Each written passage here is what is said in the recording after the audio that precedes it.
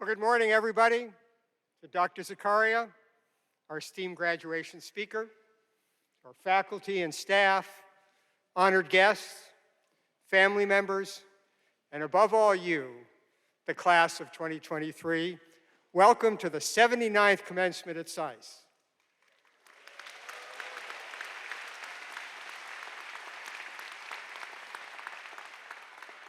It is indeed a time of great celebration and rejoicing.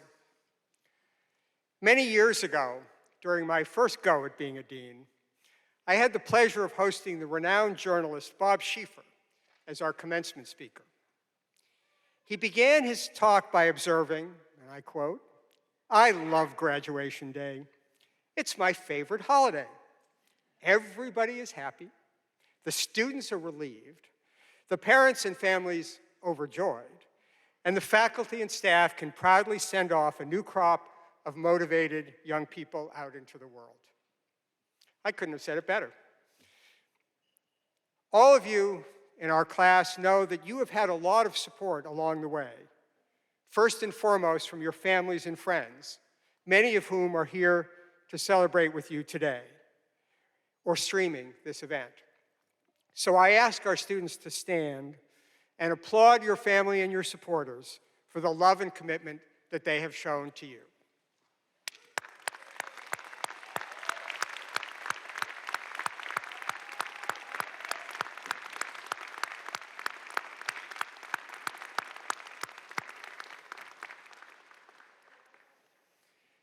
And of course, none of this would be possible without the dedication and commitment of the extraordinary SAIS faculty and staff. So I ask our faculty and staff here to also stand so that we can express our appreciation to you.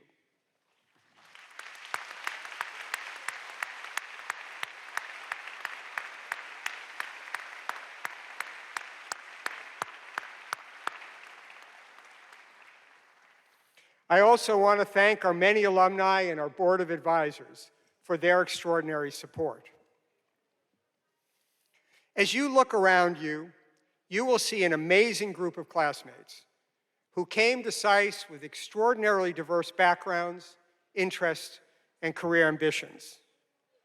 But you leave SAIS with three things in common: a set of lifelong friendships, a determination to make the world a better place, and most important, a SAIS degree. To all of you, the MAIRs and MIPPs, the MEFs, the MAGPs, the majors, the MACES, and the MASCIs, and of course our newly minted doctors, our warmest congratulations.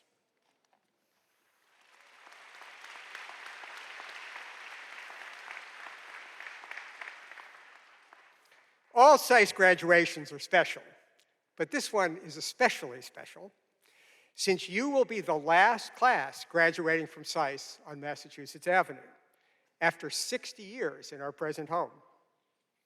I know it's been trying at times for you to have to listen to me extol the wonders of our soon-to-be new home at 555 Penn. But as I promised so many of you over the last months, we are committed and we plan to host you in a special open house for your class at 555 Penn this fall. So make sure you've got your contact information up to date. One of the most rewarding parts of my job as I travel around this country and the world is to meet our SAIS alumni and see the impact they're having in their chosen fields. I have every confidence that you will take your places in this long line of accomplishments as you move into a world of breathtaking change and complexity, armed with the skills and knowledge to help address the challenges and opportunities, not just of today, but of decades to come. And I know that we can count on you to help the next generation of SAIS students with your good advice and counsel. So congratulations again to all of you. Best of luck and keep in touch.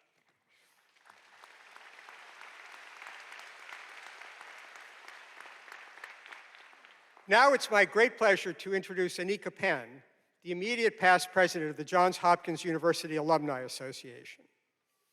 I'm thrilled to note that Anika is not only an alumna of Johns Hopkins University, but also of the School of Advanced International Studies, graduating here in 2010. Anika is an investor, entrepreneur, and global health pioneer. She's served as the entrepreneur in residence at the Jill Kerr Conway Innovation and Entrepreneurship Center at Smith College, and was the co-founder and CEO of Frontier Health, a marketplace for innovative, frugal medical devices for the developing world. Her career has traversed medical research, international reproductive health and HIV/AIDS, health innovation, and human rights policy. She holds an MA from SAIS with concentrations in international economics and China studies, and a BA from Smith College, with time spent at Nanjing University as part of the Duke University Study in China program. And happily, she is also a member of our SAIS Board of Advisors. Anika, please come to the podium.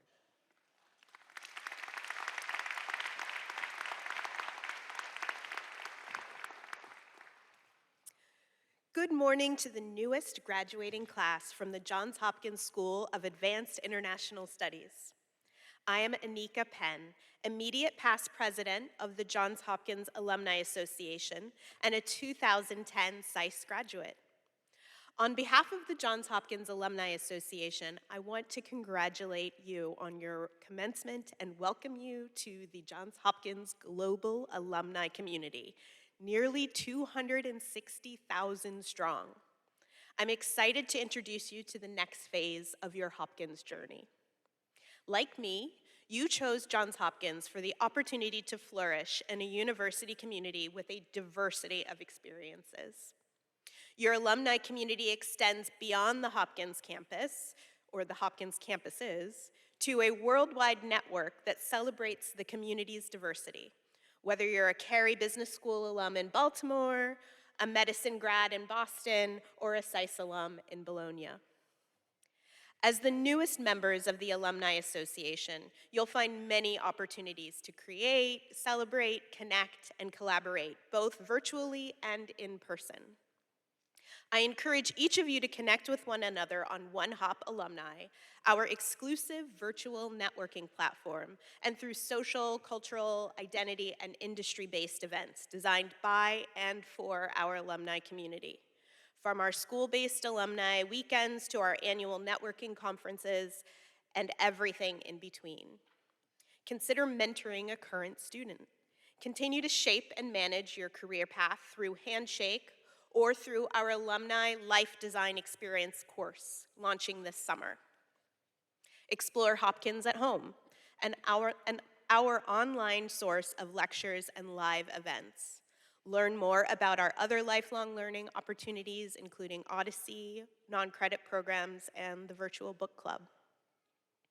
Follow the Alumni Association's social media accounts, become a social media ambassador, and keep your contact information updated so you'll receive the latest university and association news. Finally, consider sharing your updates with us, including your stories of what Hopkins has made possible for you by using the hashtag HopkinsPossible. On a personal note, I started my alumni engagement journey with the SAIS New York Alumni Club in the fall of 2010. I have been an active member of the JHU Alumni Association Council since 2014 and have been honored to serve as a volunteer for the university in a multitude of roles. I hope you will join me and the hundreds of thousands of other alumni who use these opportunities to enrich their lives, both personally and professionally.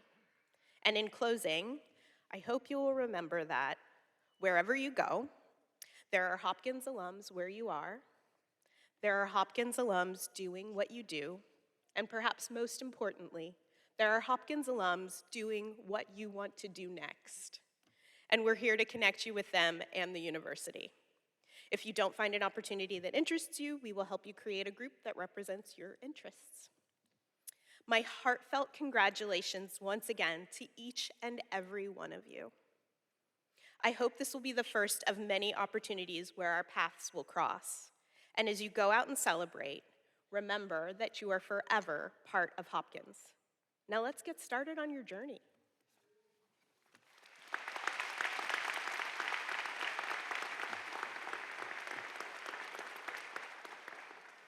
Thank you, Anika. Now I have the privilege to introduce Fatima Ndaye, our Student Government Association president. During my time at SAIS, I've had the pleasure to get to know Fatima. She's been a tireless advocate for her fellow students and a valued contributor to our ongoing conversation between faculty, staff, students, and alumni to make SAIS an ever better place. Moving to the United States as a teenager, she studied diplomacy and global politics at Miami University, Ohio, before moving to Washington, D.C. to work at Population Services International, a global health organization. And at SAIS, she's taken courses on international relations with a focus on Africa. I welcome you to the podium.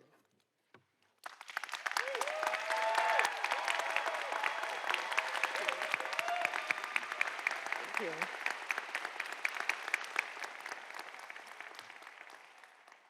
Good morning, everyone. 2 years ago, as I was preparing to join SAIS, I remember thinking about what my experience would be like.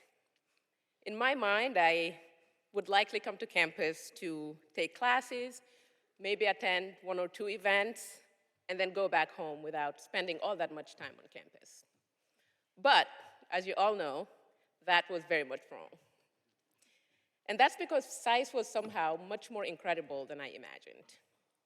Like many of you upon arrival, I was galvanized by the tangible atmosphere full of possibilities, the amazingly supportive faculty, the caring staff, and the incredible life experiences of our classmates who have done everything under the sun, like running for president in Somaliland, serving as the youngest mayor in Venezuela, helping lead the 2019-2020 protest movement in Hong Kong, serving as educators, nonprofit managers, humanitarian aid professionals, and many other accomplishments. Sitting in the classroom with these incredible peers just ignited something in all of us. That is the pull that the SAIS campus has on students.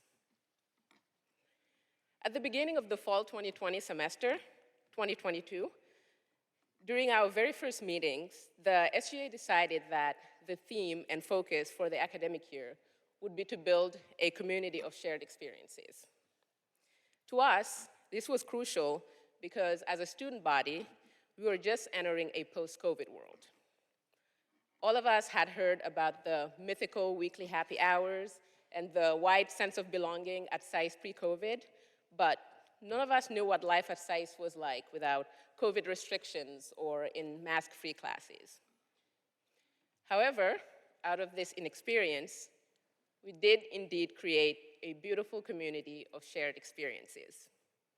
And we did so across campuses, programs, life experiences, and backgrounds through more than 500 events. As a community, we hosted weekly happy hours, brown bag lunches, guest panels, volunteering events, the student speaker series, and of course, signature events like SAIS Debates, SAIS Got Talents, and the Cherry Blossom Ball. Together, we learned, we challenged, we danced, we thrived through our shared experiences, often in ways that we did not expect. Of course, I cannot talk about our community of shared experiences without talking about the school-wide Signal group chat. The Signal chat was evidence of the kind of rich community we did not expect, but learned a great deal from. There, we truly shared the highs and lows of this past academic year, from commiserating about missing out on classes we would have liked to take, to sharing job connections and opportunities, and having wild and frankly unimportant arguments, such as what technically qualifies as tea. Indeed, no subject was left unturned in the Signal group chat. Our class is also making history. Fittingly, we will be the last students graduating from Massachusetts Avenue. Of course, this has meant that we have had to endure 2 years of constantly hearing about the great things that we will not get to experience, like the state-of-the-art technology, the beautiful views over the National Mall, the great student amenities like a gym, and places to buy food that does not need to be microwaved. But while it is true that we will not get to experience the lavish new buildings as students, we got to be part of the legacy that is enshrined on Massachusetts Avenue. Many generations of the world's foremost academics, policymakers, and leaders in all areas walked the same hallways and sat in the same classrooms as we did in Rome, Bob, and Nitsa for more than half a century. That is the beautiful chapter of SAIS history that we get to close as the class of 2023. However, the true mark of our successful coming together as a community are the bonds that we have created with one another and as a group. So, as I look out in front of me, I not only see the future policymakers of the world, most importantly, I see lifelong friends. Thank you.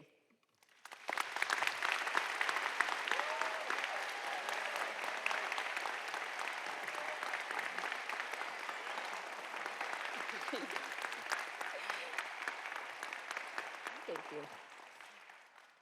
It is now my pleasure to introduce this year's student speaker, Abhishek Rakeja.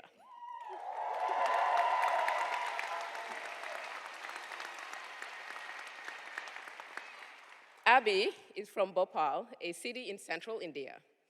He did his undergraduate degree at the University of Edinburgh in the UK.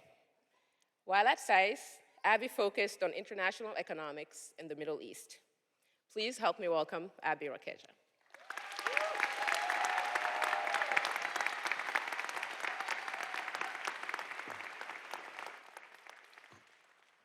Wow, this is pretty cool. I've never seen myself on a screen like this before. Pretty awesome. So I won't go too off script. I know some of these people probably are worried what's going to happen now.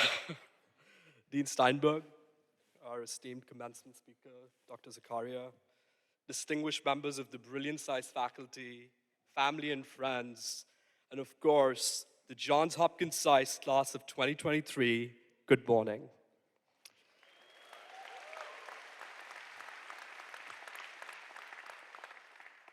I am Abhishek Rakeja, or Abby for many of you, and I have the honor of being your student commencement speaker today.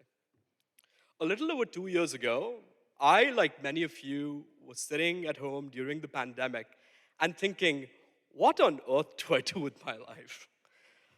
After having worked for a bit and gotten a bit frustrated with it, I started thinking about going back to grad school, and SAIS looked like a great place for it. So when I applied to SAIS, I knew I was applying to one of the top institutions in the world, but I had no idea what this experience would have in store for me, and I'm sure neither did all of you. Well, now we stand at the end of that experience, an experience that has been built out of hours spent in classrooms, some begrudgingly on Zoom, camped up high in the Nitsa library, which for me meant saying hi to a million people before I actually sat down to work. Tearing our hair out, doing problem sets together in pandemic-era freezing courtyard happy hours, debating Bologna's favorite gelato in Giulio's. My vote is for Cremeria Santo Stefano, even though I've actually never stepped foot in Bologna. And of course, my favorite, offering a generous patronage to overpriced iced lattes at Tate. If nothing else, the SAIS move to Pennsylvania Avenue is really going to put that Tate out of business. As the final graduate from Mass Avenue, I want to remind all of you of the incredible legacy you will be soon part of. Future applicants of this school are going to look at the likes of many or some of us for inspiration. So as we embark on this moment, I really have two messages for you. The problems of this world, from anthropogenic climate change to this new era of geopolitical competition, are going nowhere anytime soon. Some of these problems, like climate change, are not even going to go away in our lifetimes. And things will get worse, and new problems are also going to spring up. These are difficult times for our world. But my first message to you is to have hope and believe in everything you do. I know as we grow older, we grow more and more cynical about our futures and that of this world. But those are the moments to remind yourself to retain just that little bit of naivety which set us on this path in the first place. If we all just threw our hands up in the air and said, the world is probably screwed anyway, and there's nothing I alone can do about it, then indeed, we are all screwed. But while we can't make the world's problems go away, I believe we absolutely can make things a little bit better. In front of me are sitting people who will be future ambassadors, CEOs, journalists, authors, even prime ministers and presidents, and who knows, maybe a spy or two. Sorry. No. You guys are gonna get me in trouble. A lot. Thank you for that. A lot is possible in this world, and I have no doubt all of us are going to do some incredible things.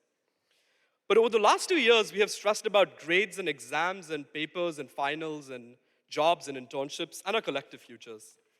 And while that is natural, it is important to remember this. Sacrificing your relationships, your peace of mind, and especially your health for any of these things is absolutely not worth it.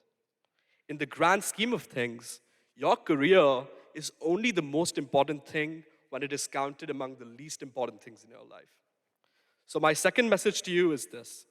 Always take time for yourself and remember the most important things in your life. Your family, your friends, and your health. Some of you know that a month ago I was staring at a ceiling in an emergency room confronting a major health scare. I will be forced to admit that this was a terrifying time for me. But I truly learned in those days what mattered to me. And no, it wasn't a dream of graduating with a perfect GPA, which vanished a while ago, or getting some dreamy job. I realized what mattered to me were the people I loved in my life, my family, and my friends without whom I would not have got through those tough moments. Take it from me today that at the lowest point in your life, no job or GPA is going to come rally around you and pull you through that time. The people who will be there for you are the people here and everywhere in the world cheering you on today. And really, what can I say anything that sums up contributions of our families? I know for a fact that I would not be on this stage today without the support of and love of my family. My parents who are here today worked hard throughout their life to make sure that I had the greatest opportunities in my life. For many of us who've been far away from home these past 2 years, we really do realize the importance of our families. So to our families, whether it's parents, grandparents, spouses, siblings, kids, I feel like I speak for most of my fellow graduates. We truly are nothing without you. So before I conclude, I want to follow Dean Steinberg's lead and ask all of you to look up to your loved ones, stand up, or think of them if they're not here, and give them the loudest ovation possible. Come on, guys, we can do a bit better for our families.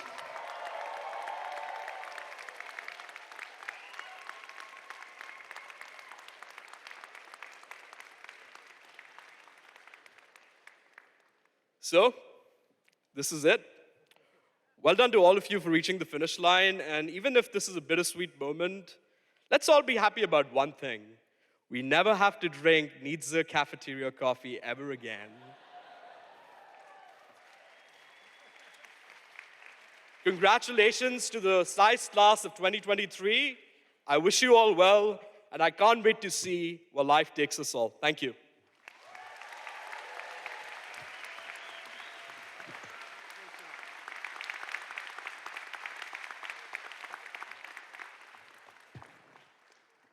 I'm tempted to say the coffee will be better in 555 Penn, but I know better than that.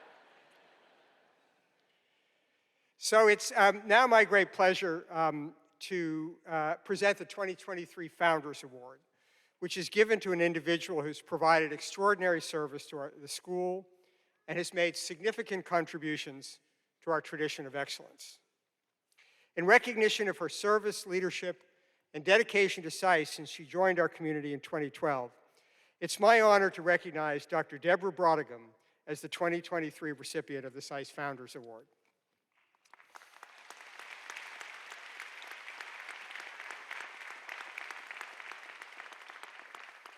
Now Professor Emerita in International Political Economy, Dr. Brodigan previously served as the SAIS Bernard L. Schwartz Professor of Political Economy, Director of the International Development Program, and Director of the China-Africa Research Initiative, where she made significant contributions to the SAIS community through excellence in teaching and research on international development strategies, governance, and foreign aid.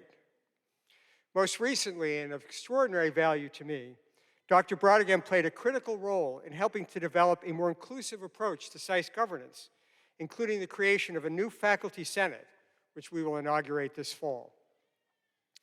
Her most recent books include The Dragon's Gift, The Real Story of China and Africa, and Will Africa Feed China? She has twice won the Fulbright Research Award and is a recipient of fellowships from the Council on Foreign Relations, the Woodrow Wilson International Center for Scholars, and research grants from the UK Economic and Social Research Council and the UK Center for Economic Policy and Research. Although Deborah could not be with us in person today, please join me in congratulating her and thanking her for her extraordinary service to Johns Hopkins SAIS.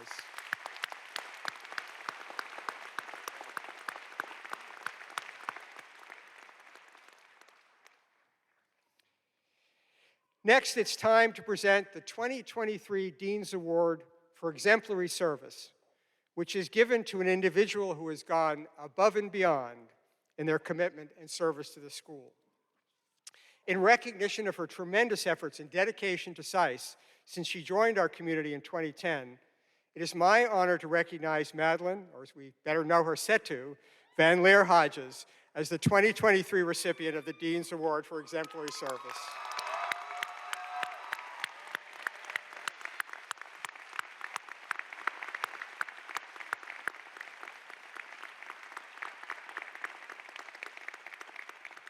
Setu, as you all know, currently serves as the Assistant Director of Career Management and Employer Engagement in the Office of Global Careers, where she plays a critical role in preparing our students for careers in their areas of interest following graduation. Beyond her exceptional work in global careers, she has made a profound impact in fostering new initiatives to advance diversity, equity, and inclusion school-wide. Despite juggling many responsibilities, she consistently approaches her work with incredible enthusiasm and support for all of us. So please once again join me in congratulating Setu and thanking her for her superb commitment to our students and the community at SAIS.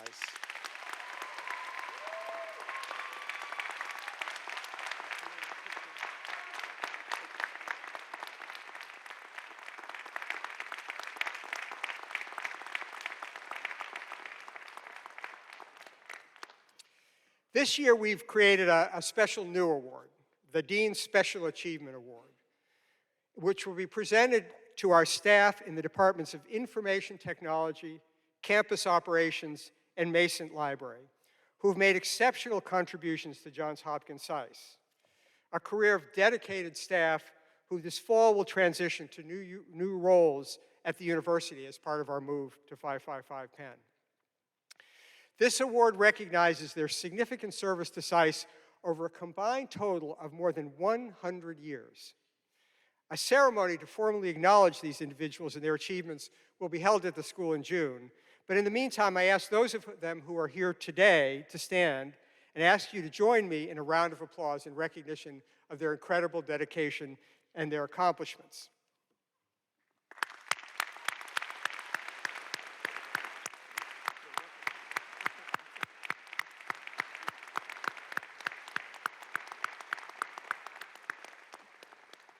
So I'd now like to welcome Dean Chido Nwankor to the podium. She's the Vice Dean for Education and Academic Affairs, and she's going to make the presentation of the Herter and Foster Awards. Thank you, Dean Steinberg, and congratulations to the newest graduating class of SAIS.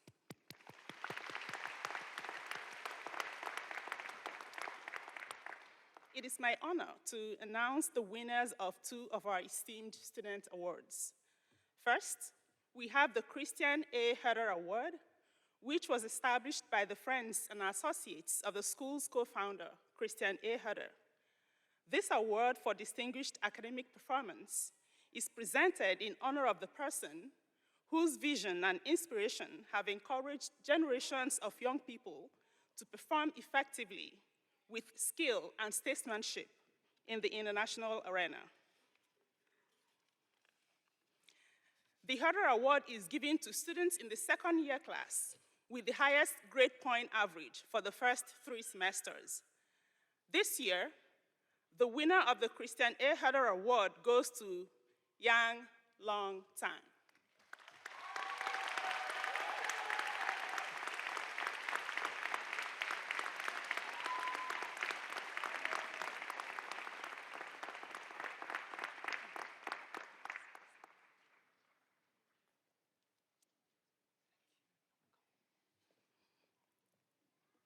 While the Herder Award is given for scholarship, the most important component of the next award, the William C. Foster Award, is for service to SAIS and the community. The certificate reads, for sound scholarship and a record of leadership and distinguished service to SAIS, exemplary of the high qualities of integrity, loyalty, and ability admired by Mr. Foster. This prize honors the former director of the Arms Control and Disarmament Agency, distinguished businessman, tireless public servant, and devoted SAIS Advisory Council member. The students receiving the Foster Award were selected for significant contributions to SAIS and the community. The recipient of this year's Foster Award is, yet again, Yang Long Tang.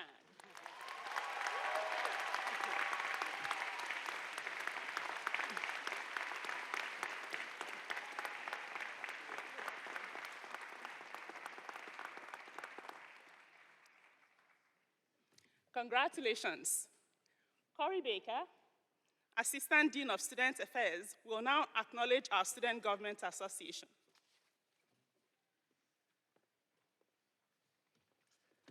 Hey, everybody.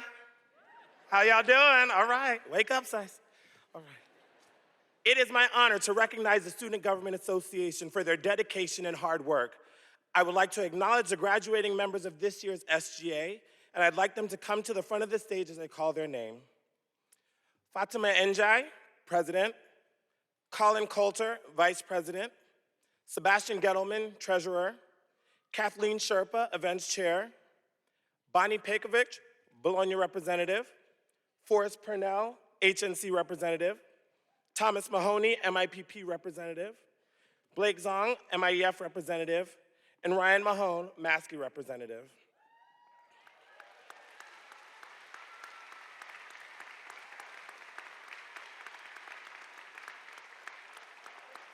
This year's group of leaders had the daunting task of rebuilding the in-person SAIS community this year.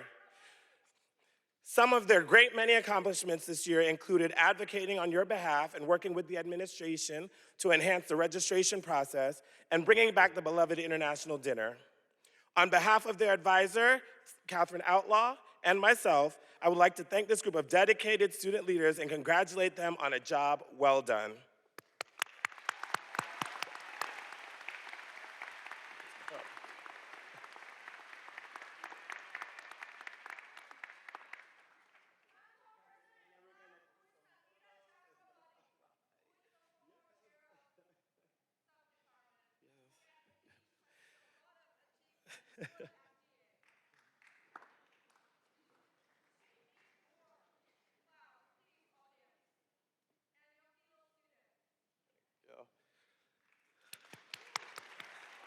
I would like to bring back to the podium a steadfast leader and a committed leader, someone who is dedicated to her role and more importantly, dedicated to you, her classmates, both those graduating today and those who will follow in your footsteps. Fatima Njai, your SGA president.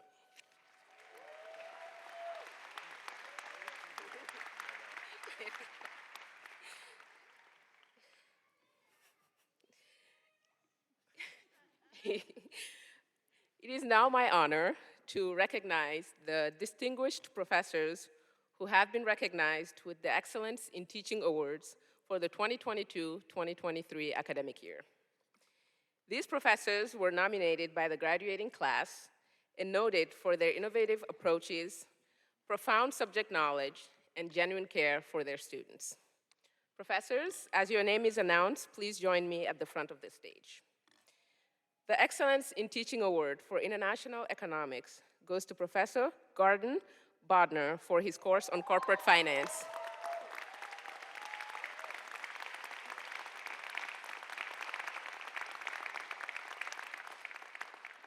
Students were struck by Professor Bodner's ability to make corporate finance, described as a relatively dry subject, one of the best classes they've taken. Students also noted the professor's ability to challenge students while providing them with the support they need to learn. Congratulations, Professor Bodner.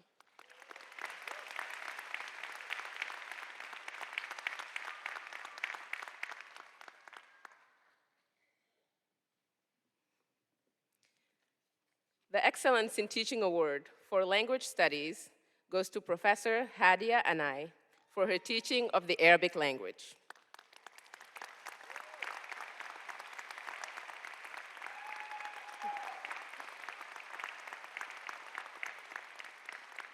Students cited Professor Anai's ability to push students to learn Arabic quickly and efficiently.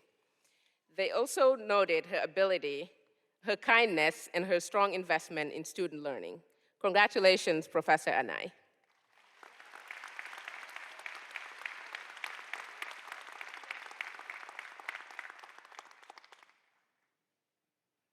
And Professor Anai is actually teaching French, not Arabic. The Excellence in Teaching Award for Functional Focus Area goes to Professor Jamie Marquez for his various courses in economics.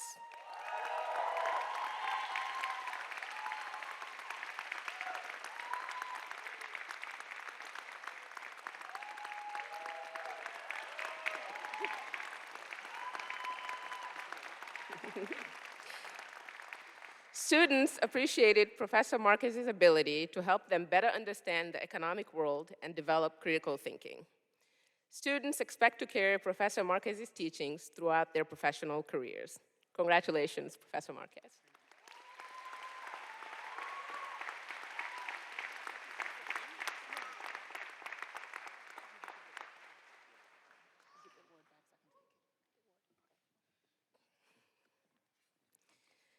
The Excellence in Teaching Award for Regional Focus Area goes to Professor Vali Nasser for his various courses on the Middle East.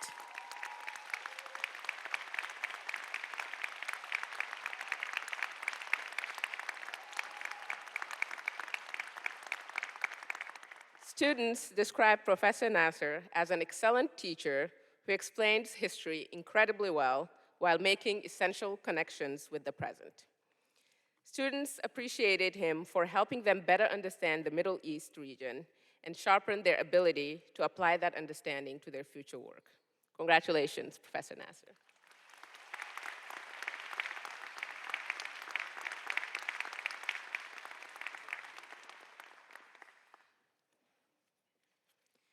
The Excellence in Teaching Award for Outstanding Adjunct Lecturer goes to Professor Movemba Fezo Dizalele for his course on conflict and the African Great Lakes.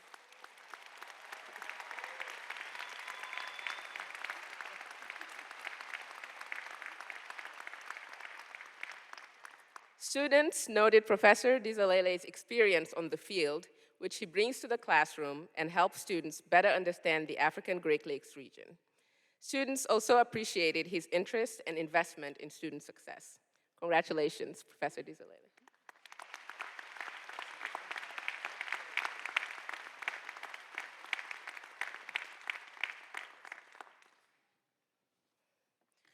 On behalf of the entire student body, I want to again congratulate all the recipients of the Excellence in Teaching Awards and say a huge thank you to all faculty members at SAIS for their devotion to student learning. We appreciate you. Thank you.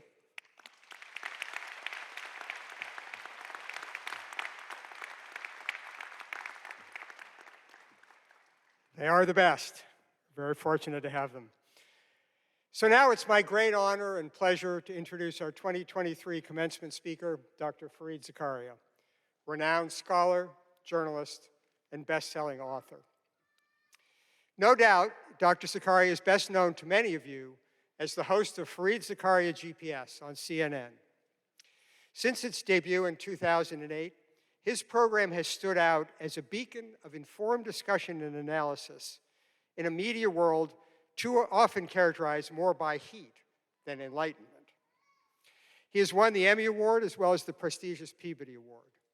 His column in the Washington Post is a must-read for policymakers, not just here in the United States, but around the world. And it's especially fitting for us to host Dr. Zakaria, a prolific scholar and thinker about our rapidly evolving world. At the tender age of 28, Dr. Zakaria became the managing editor of Foreign Affairs magazine and played a critical role in expanding the reach and influence of this go-to journal for scholars and practitioners. He is the author of 4 highly regarded New York Times bestsellers, including 10 Lessons for a Post-Pandemic World on how the pandemic reshaped society, The Post-American World, a discussion of the rise of non-Western powers, The Future of Freedom, a study of illiberal democracy in various countries, and The Defense of Liberal Education, a commentary on the importance of a well-rounded education.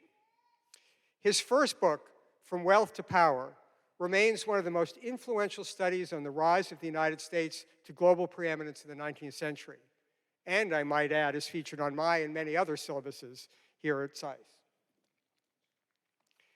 Dr. Zakaria was named a top 10 global thinker of the last 10 years by Foreign Policy magazine in 2019. He's received the National Magazine Award, the Arthur Ross Media Award from the American Academy of Diplomacy, and the Deadline Club Award. In 2010, the government of India awarded him the Padma Bhushan, one of its highest civilian honors.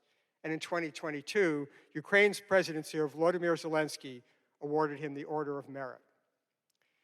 Dr. Zakaria earned his bachelor's degree from Yale University, a doctorate in political science from Harvard University, and has received numerous honorary degrees, including one from Johns Hopkins University. It's been a great personal privilege for me to have known Dr. Zakaria as a friend and colleague for many decades, and to look to him as a source of advice and counsel as we shape our new chapter in the history of SAIS. So let me ask you to join me in welcoming Dr. Fareed Zakaria.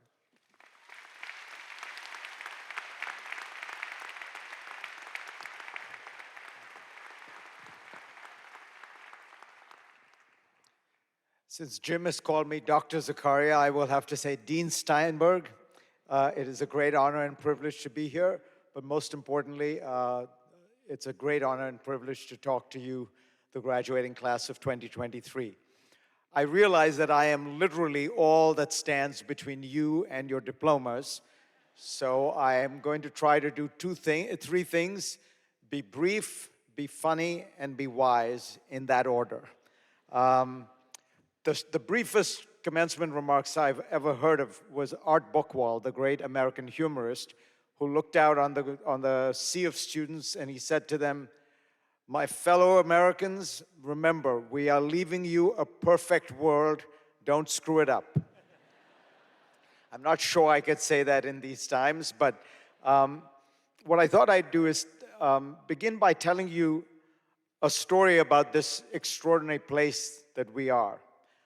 Constitution Hall, the home of the Daughters of the American Revolution, was built in 1929, and the Daughters of the American Revolution was a storied, very prestigious organization filled with people who traced their ancestry back to the Mayflower and times like those.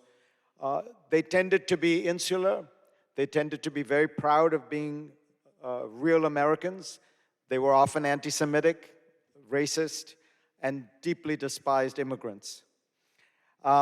Most famous episode that took place or didn't take place in Constitution Hall was the great African-American soprano Mary Ann Anderson was invited to perform here.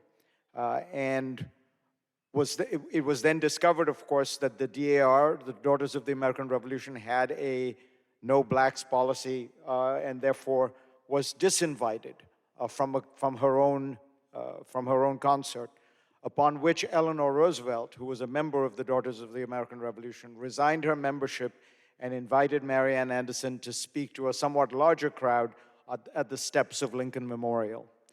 The generally speaking, opposed almost all of Franklin Roosevelt's policies. And yet one time he came to address this group in this hall and said what is supposed to be perhaps the most famous opening line of any speech, certainly given here. He's said to have said to this group of blue bloods, because he himself traced his own ancestry back to the Mayflower, he said to them, as he began his speech, "My fellow immigrants." Now, as it turns out, as a journalist, unfortunately, I had to check this. And as often happens, these stories are too good to be true, which sometimes means in journalism we say too good to check.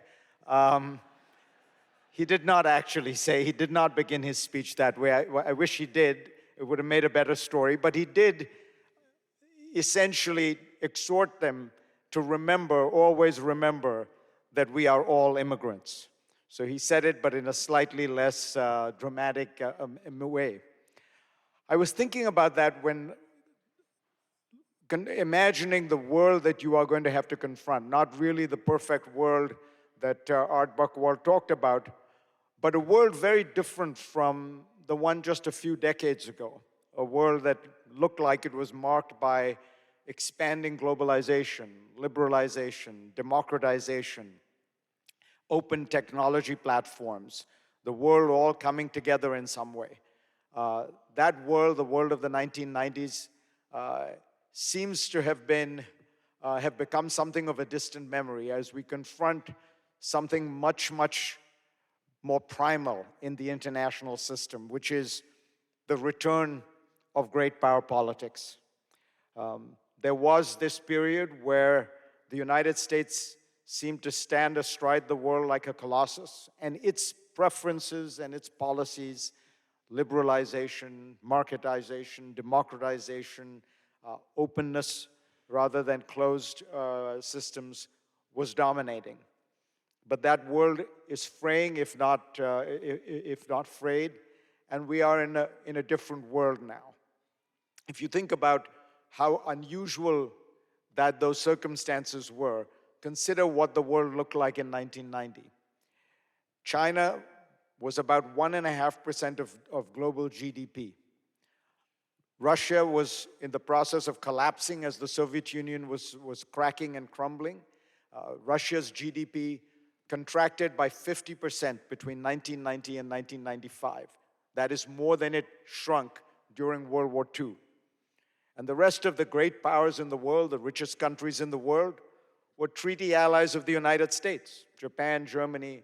And by the way, Japan was in the middle, it was at the start of a 20-year depression, and Germany was preoccupied with absorbing East Germany into itself. So there was really only one game in town, the United States. There was one capital for the world, Washington. And that world lasted perhaps till the Iraq War, perhaps till the global financial crisis, but certainly by the invasion of Ukraine, you began to see the return of great power politics. You see it most importantly, of course, in the challenge that Russia poses with its invasion of Ukraine. That is a return to the oldest form of great power politics, which is imperialism, the search of the last great multinational empire to hold on to its imperial possessions. This is a struggle that has taken place through much of history, and as I said, Russia may well be the last of these great multinational empires trying to make this work, an effort that I believe is doomed to failure for the very simple reason that the Ukrainian people are united in their desire not to be part of that Russian empire.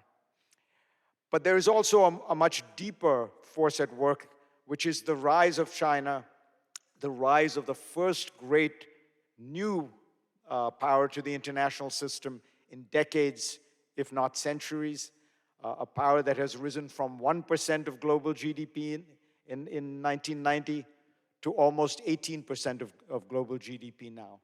Perhaps the fastest rise economically, certainly, of any new great power in history. And that great power lives outside the American security system.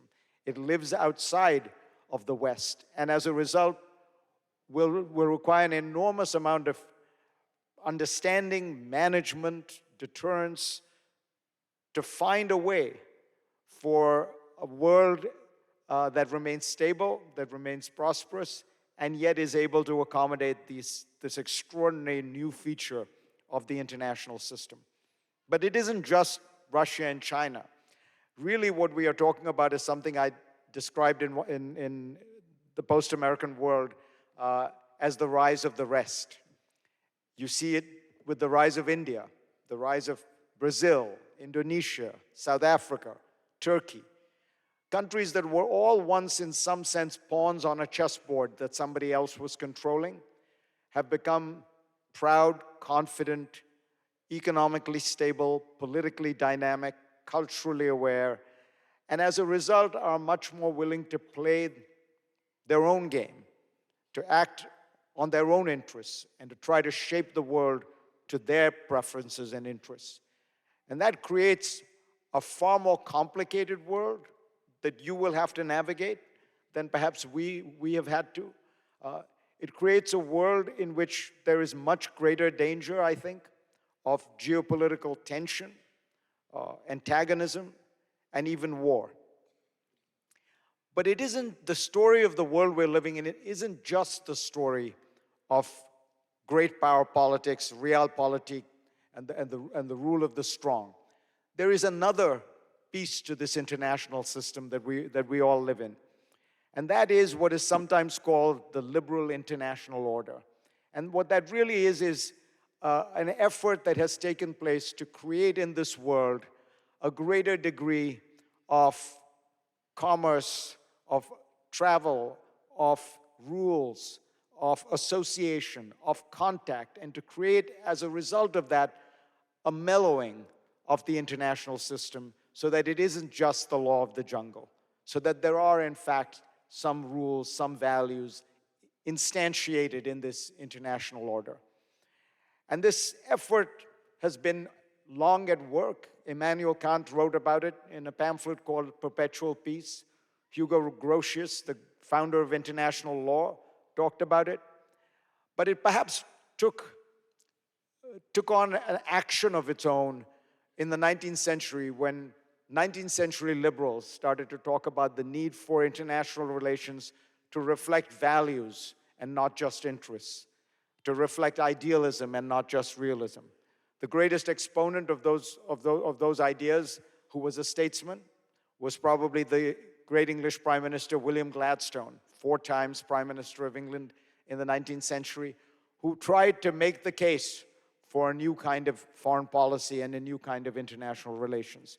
Mind you, Britain did not always practice that kind of idealistic foreign policy, least of all in its colonies like India, where it behaved like a rapacious and brutal imperialist. But it set forth these ideas, which were then picked up by another great Anglo-American figure, Woodrow Wilson, who tried to, in some way, make the end of World War I the beginning of a new international order, with international organizations, with rules, with values. It all collapsed. Wilson was a failure in the sense that he could get his own country to join on to that international organization, the League of Nations, and it all died under the impact of the hyperinflation of the 20s and the rise of fascism in the 1930s. But somebody was around in that period who still wanted to revive those ideas. A man who was Assistant Secretary of Navy under Woodrow Wilson, Franklin Roosevelt. Roosevelt was the dominant political figure of his time, and perhaps we owe to him more than anybody else the world that emerged after 1945, because he believed, like Wilson, that it was important to create a different kind of international politics, one with a greater degree of rules, one with more cooperation, one in which there were values like human rights. But he believed Wilson had been too idealistic. He believed that you had to have a kind of practical idealism, and so he rooted his plans for the post-World War II world in power as well. There would be an international organization, but the great powers would have a special place in it. There would be a Security Council, but the great powers would have vetoes within it. It was a kind of compromise between the necessities of power politics and the hopes and aspirations of idealism. And in some ways that characterized the way Franklin Roosevelt operated, and in some ways reflects his greatest achievements. He was the man who was able to take the United States out of the Great Depression, and he was the man who was able to fight fascism and defeat it. But in order to do those things, he made compromises. He was also the man who allowed the internment of Japanese Americans. He was also the man who never tried to break the Southern segregationists and their hold in the Senate. And that was because he knew he needed the Democratic Party unified to be able to pass New Deal legislation, to be able to be unified in fighting World War II. And that practical idealism is something I often reflect on when thinking about the way forward. Because we are in a world in which many young people see the importance of being idealistic. And I value that enormously, and I celebrate it and honor it. And many of you have a greater sense of that idealism than many of us have had. But there is also the reality of the world and the ability to make that idealism work and to sustain it and to endure. And in order to do that, it seems to me, you need some of that Rooseveltian skill of finding a way to merge the aspirations and dreams of the idealists with the realities of the world. And I think that in some ways, Roosevelt exemplifies that better than almost anyone else, because in doing that, he was able to change the world. If you look at the world since 1945, with all the power politics and cold wars and hot wars, it is still true that it is a world that has been defined and dominated by some extraordinary shifts that have taken place. A world that has been stabilized economically, politically, even morally.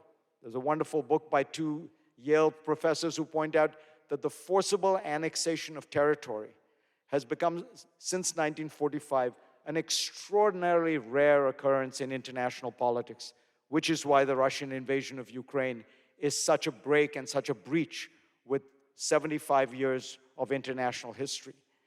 If you look before 1945, forcible annexations of territory were so common you would lose count. I mean, France and Germany went to war 3 times and exchanged territory dozens of times in the process of that. That was the reality of the world. And there has been a shift.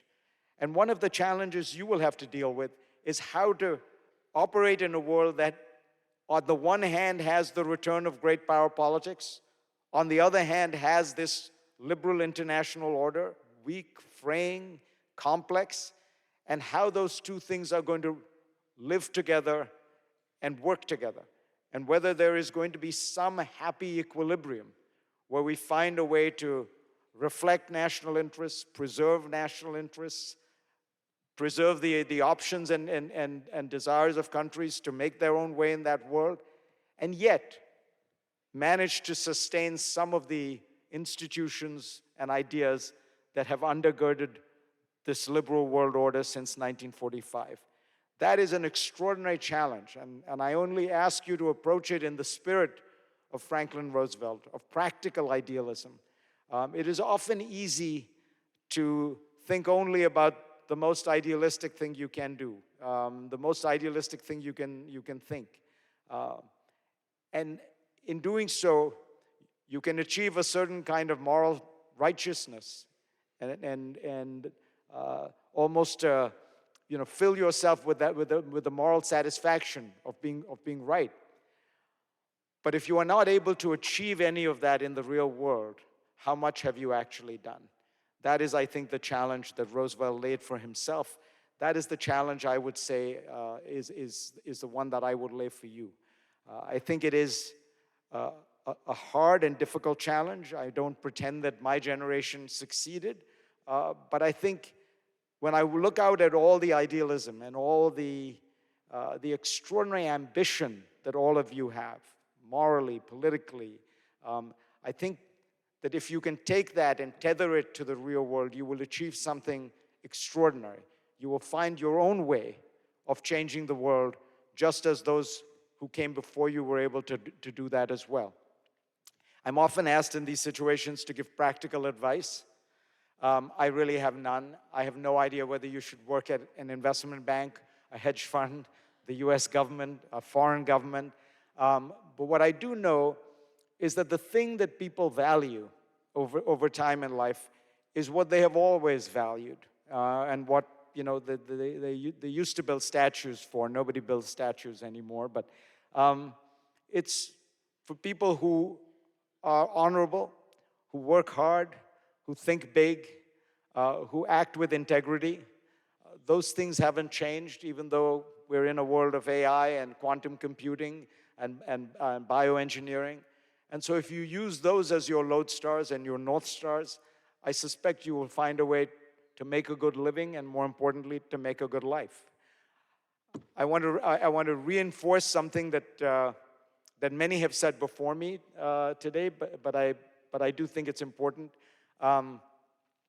which is the one piece of practical advice that I know for sure is true and worth giving to you, is one that is very hard to learn from books and is very hard to be aware of at your age.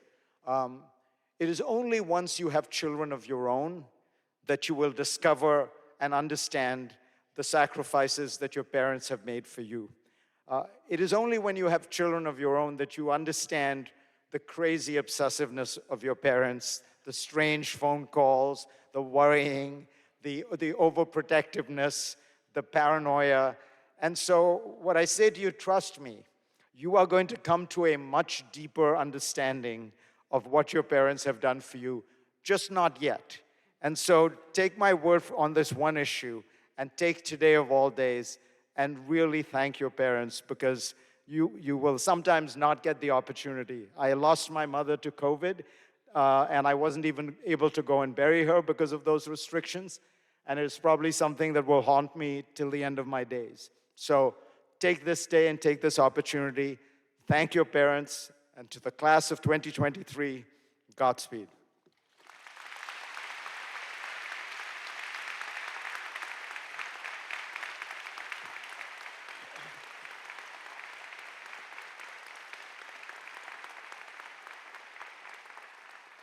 Well, thank you for that. And while we're handing out honorifics, I'd add professor, perhaps, for Dr. Zakaria. I know that for those of you who took World Order here, you recognize the wisdom and the insight of some of those themes. Well, we're at the good part now. It is time to confer your degrees, class of 23, the moment you have all worked so hard for. So we will begin with the Graduating Student Government Association members and award winners, and that will be followed by the rest of class of 2023.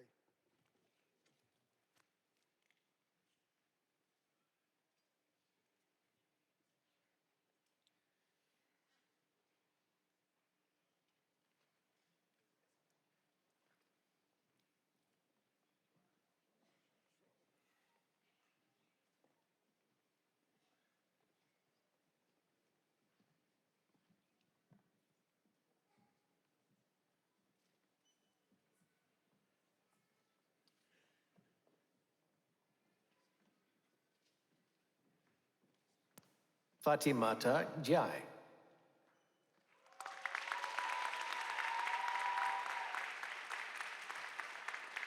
Colin J. Coulter. Abhishek Rakeja.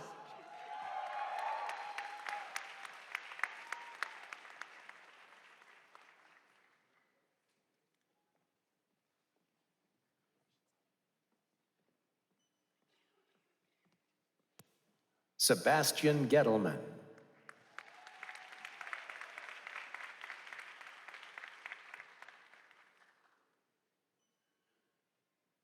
Bonnie Pekovic.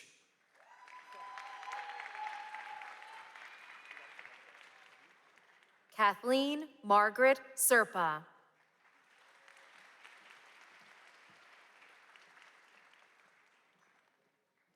Forrest Purnell.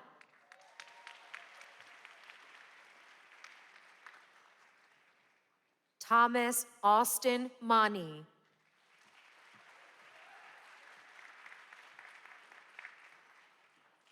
Ryan Patrick Mahan.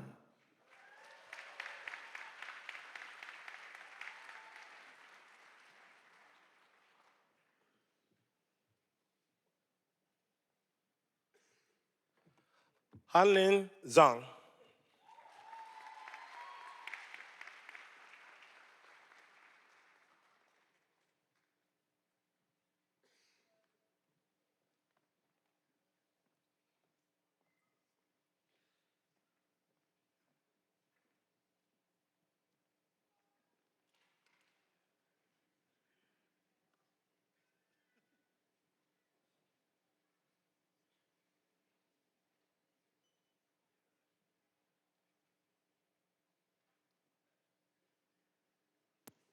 It is my pleasure to present the candidates for the Master of Arts.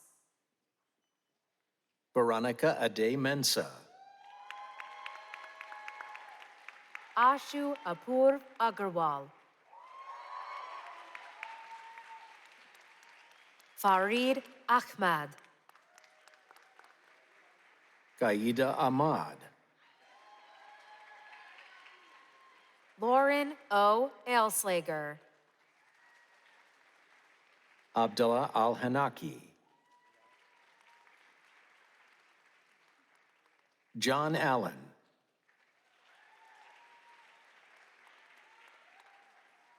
Anderson Aline.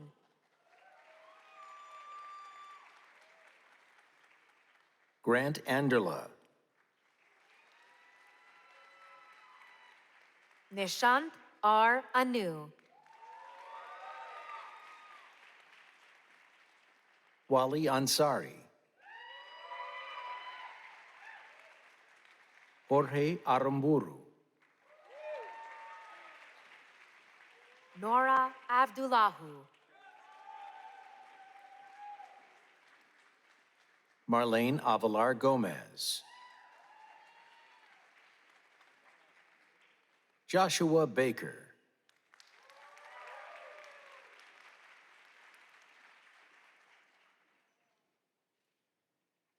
Lucy E. Bales.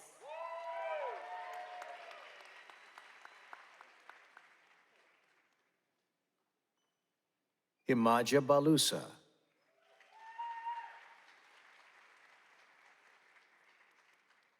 Aditya Banerjee. Jacob Barlow. Chloe Bartels.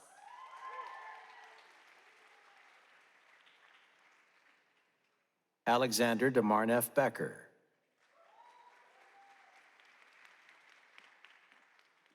Cameron Noble Berman.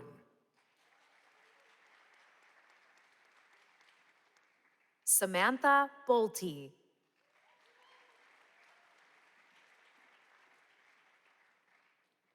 Jack Boone. Natalie Rittenhouse Boyce.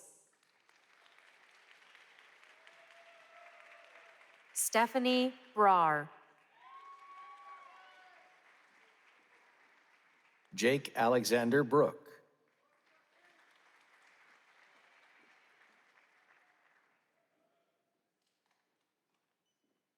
Adam Heinrich Brown. Laurel Elizabeth Isley Buck. Mike Burkhart.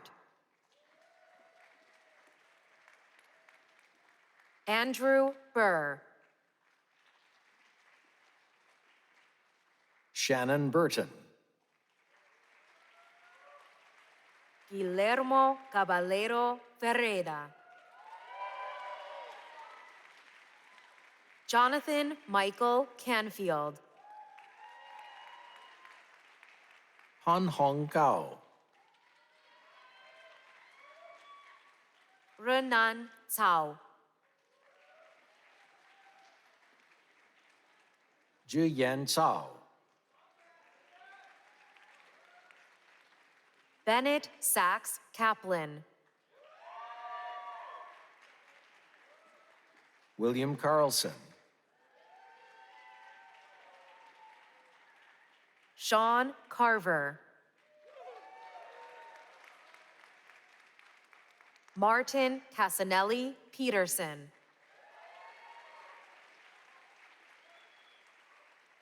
Claudia Castaneda.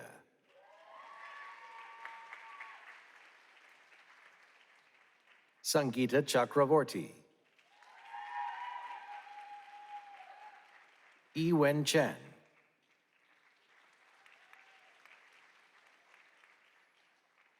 Bikai Chen.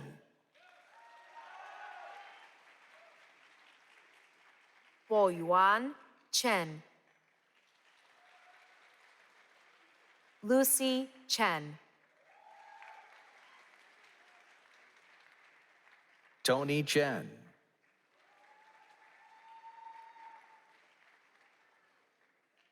Yiran Chen.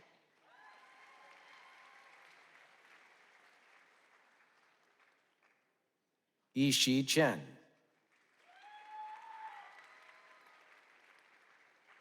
Yi Wen Chen. Yuzhong Chen.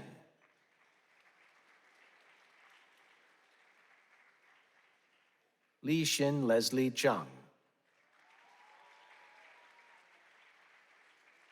Sunny Chong. Hewan Choi.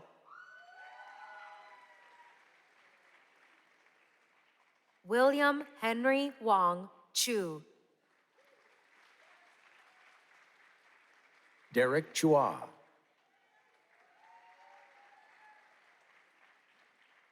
Sir Michael Thomas Cianci.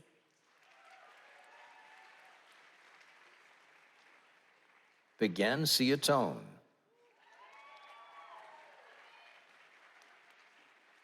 Carter Burl Cleland. Claire Gabrielle Coffinet. Wesley Coggins.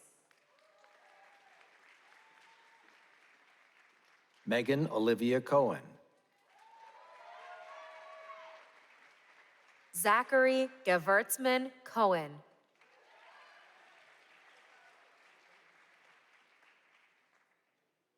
Edward Ryan Connolly. Sonia Arabella Corbett.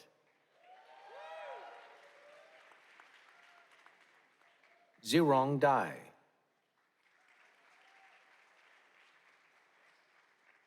Yoris Demoy. Rayan D. Vertile.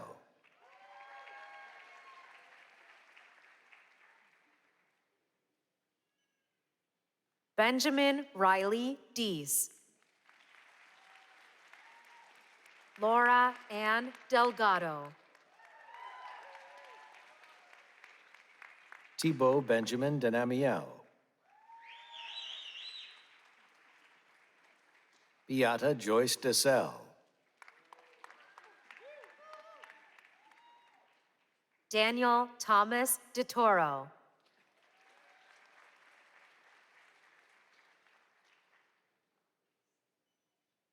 Liseth Diaz. Alexandra D. Chiara.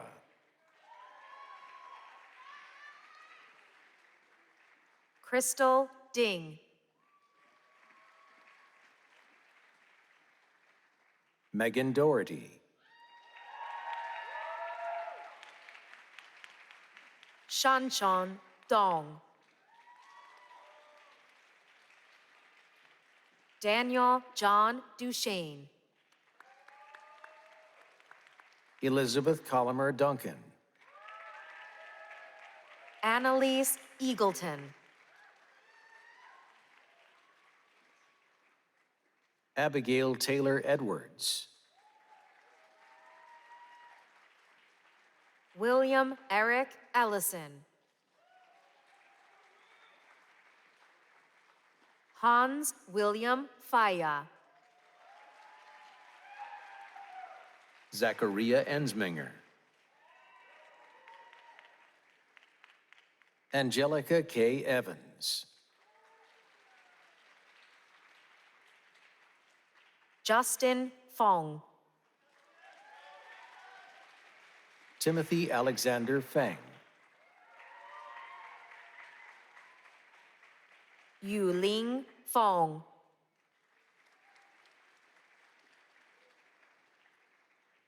Giacomo Ferri.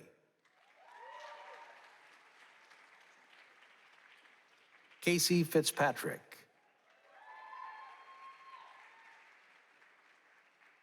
Inuva Flores Garcia.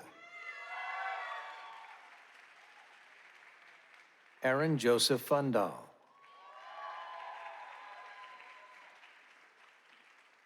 David Allen Forner. Isabel Grace Fox. John Walden Fry. Nick Austin Sherman Furman. Bianca Galarza. Abigail Baker Garman. Aishwarya Sanjay Geeti. Kathleen Ann Garrity. Benjamin Robert Gilbert. Peter Glass. Jonathan Glidden. Savannah Page Getty. Jiajiao Danielle Go. Laura Goa. Melanie Goldberg. Kiwei Gong.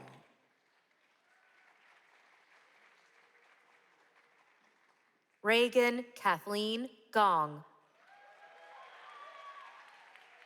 Manuel Antonio Gonzalez. Makta Gosa.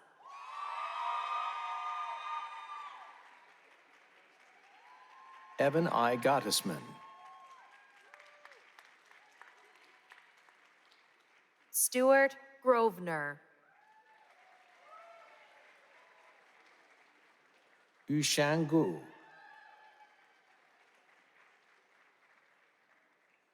Tanvi Gupta.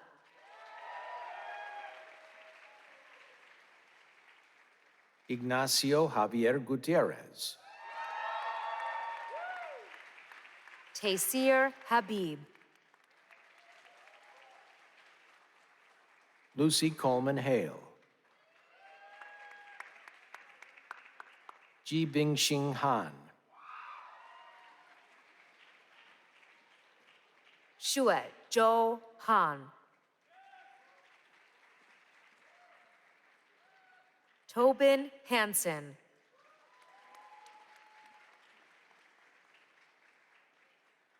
Samantha Joy Hargi. Edward Alexander Harris.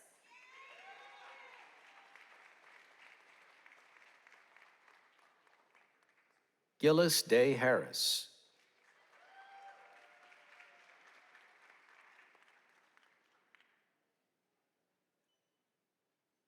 Chujie He.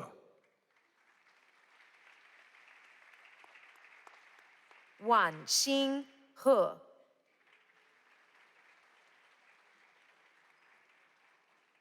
Yining He.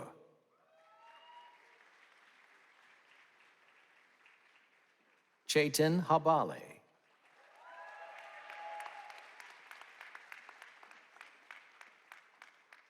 David Hamilton Hessen. Hiromitsu Higashi. Maggie Elizabeth High. Daniel Patrick Hojnacki. Emma Catherine Holland. Leanne Holman.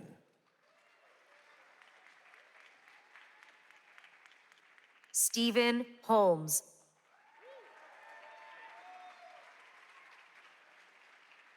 Stephen Naftali Honig.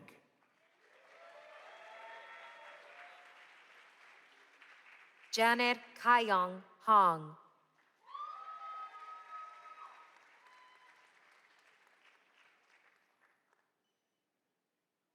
Brian Hong. Mary Elizabeth Hopkins. Jensen Hu.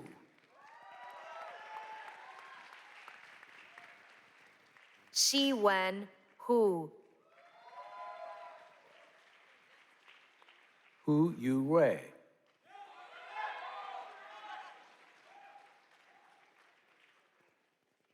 Shu Qinglin Huang. Yun Yi Huang.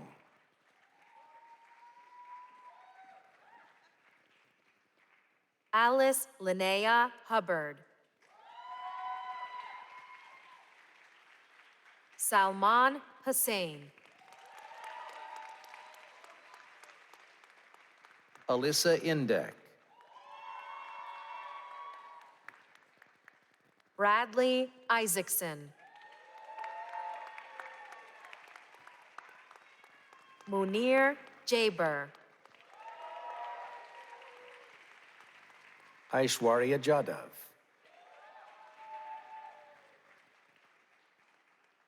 Osman Arnas Jodal.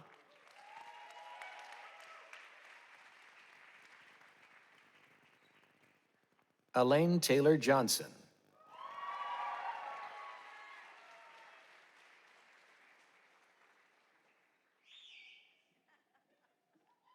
Lazar Jokic.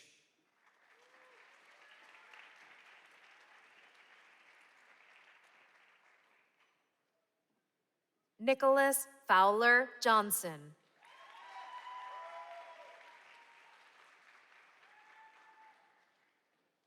Christian Juarez.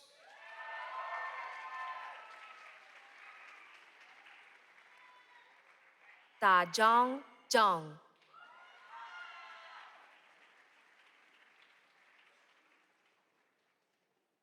Karolina Karchevska.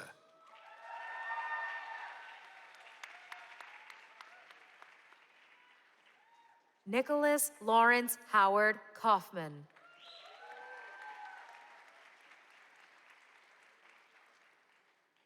Brittany Ann Keats.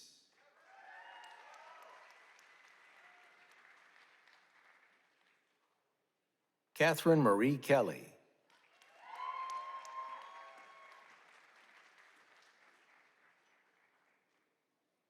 Aaron L. Kirstein.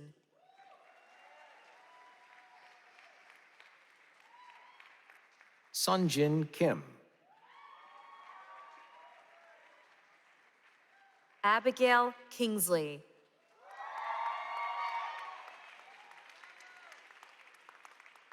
Avi Parag Kerpecker.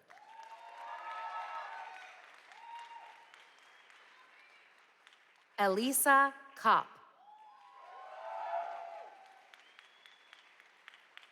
Jay Colina. Akash Seshasai Kuluri. X Kong.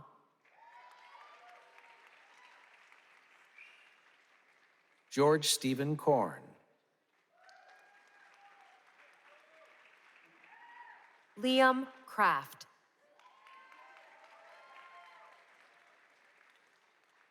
Jennifer Lauren Kramer.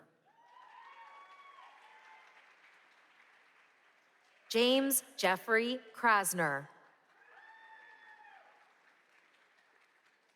James Cradaville.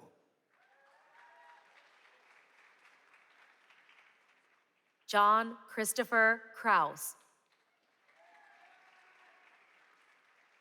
Julia Kresge.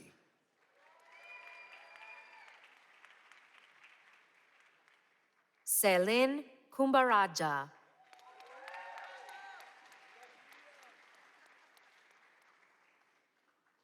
Matthew LaFond. Celia Ann Lane. Christopher Lodati.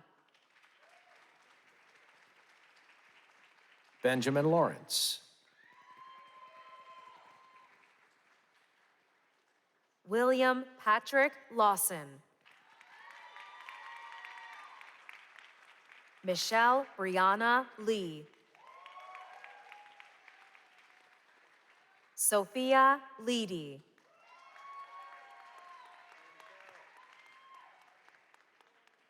William Hall Leester.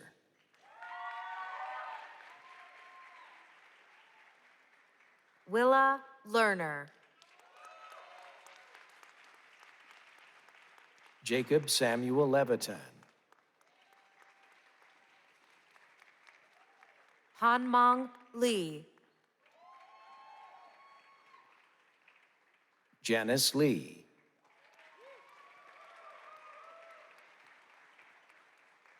Jianjie Lee. Yijun Lee.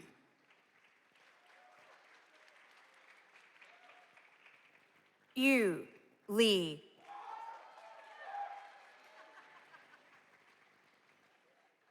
Margaret Christine Lillis.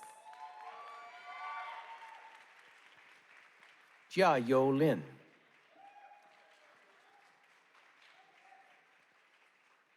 Li Ming Lin.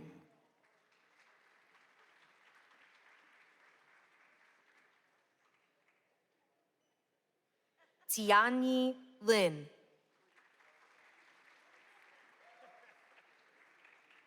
Xiao Eun Ning.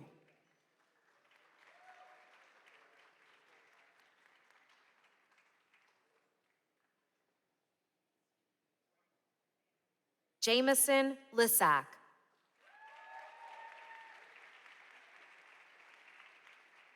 Christian Lisco.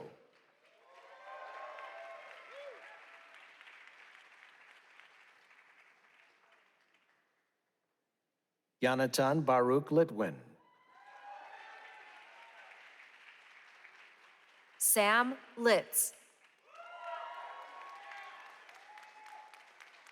Lucas Jiaming Liu. Lu Yao Liu. Xinyang Liu. Zeying Liu.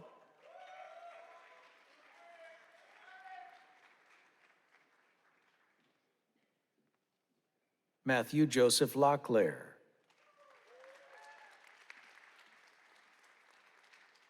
Teresa Victoria Lutkefend. Jamie Louie.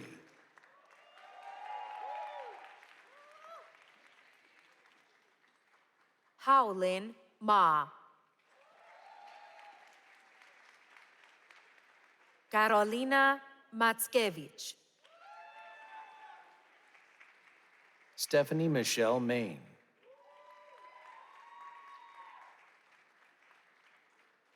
Kareem Malas.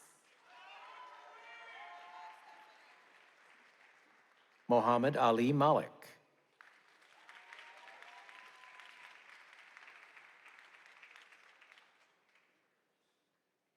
Ali Mamadov.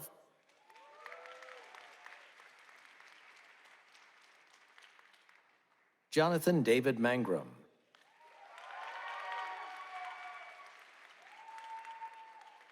Smriti Shankar Mathur.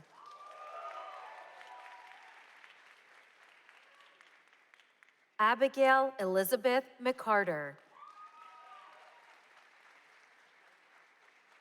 Erin Elizabeth McCoy.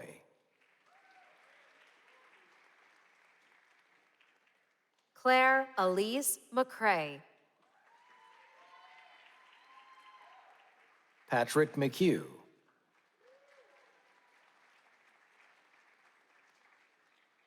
Noshil Sorab Mehta.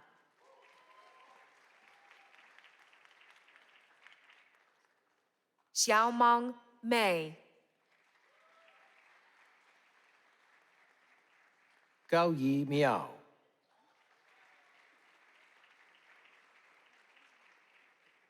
Miloš Milivojevic.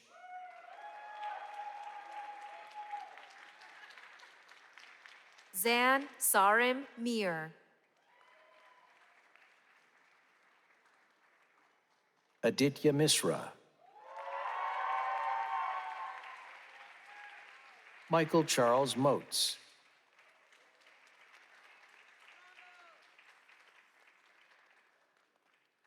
Connor Monks.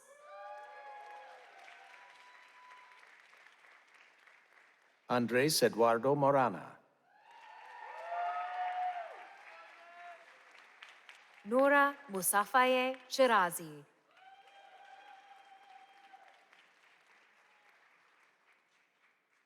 Elizabeth C. Muhammad Park.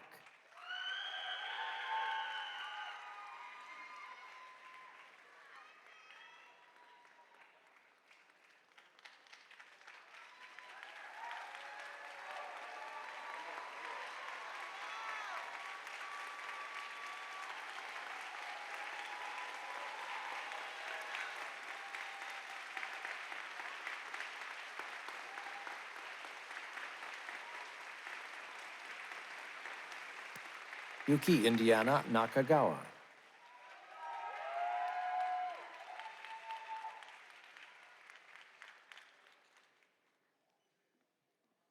Lucas Nardin.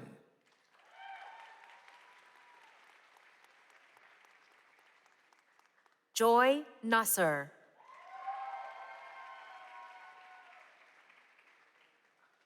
Jessica S. Niebrot. Catherine Elizabeth Neville.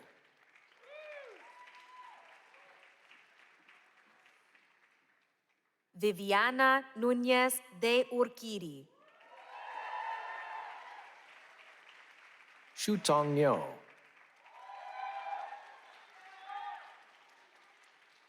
Coin Okello Obang.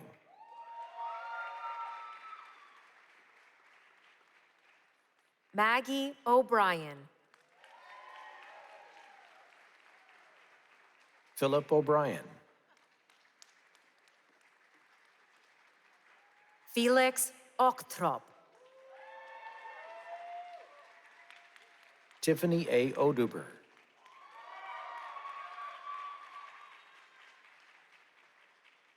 Apena Asantewa Oduro.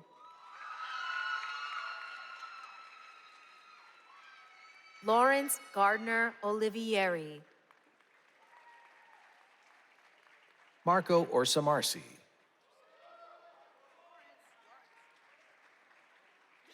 Mark Anthony Ortiz.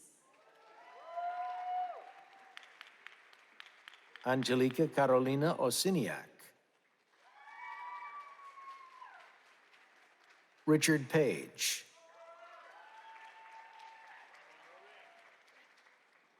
Srujan Ajit Palkar. Graham Ober Palmer.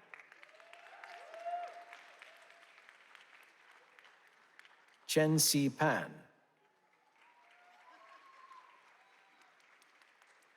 Qing Yue Pan.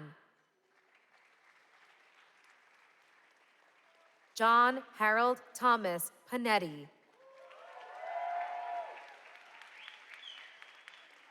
Carolina Maria Panzardi. Emma Paris.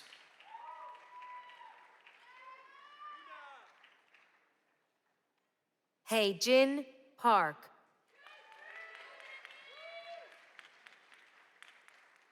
Na-Yeon Park.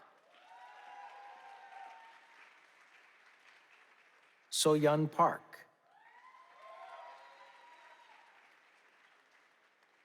Jenny Park.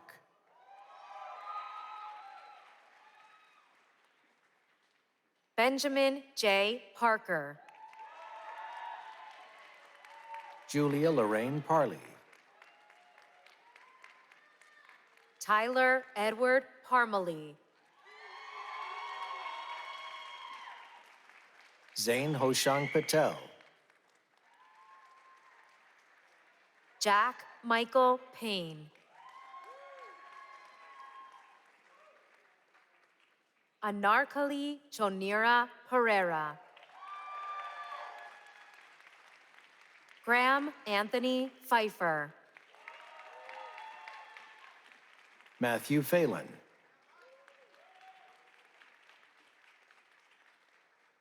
Benjamin Michael Phillips. Megan Phillips. Mo Quint Few. William Jow Pickering. Danita Ann Pius. Jack Pokorny. Maya Prakash. Margot Page Putnam. Siyue Cho. Mao Mao Chu. Sarah Margaret Quern.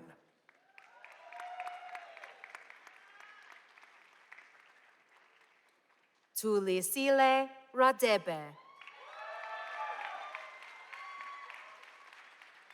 Juliana Catherine Rack. Aidana Rajab Kaza.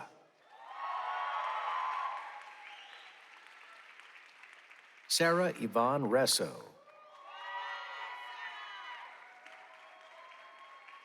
Alexandra Ledoux Rice. Chloe Richardson. James Ricks. Megan Rogers. Joaquin Kilori Rodriguez. Caitlin Sierra Rooms. Wael Saher.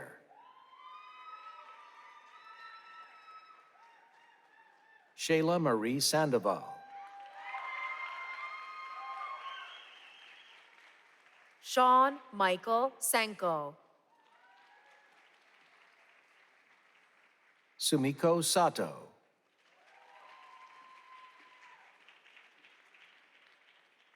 Catherine Shower.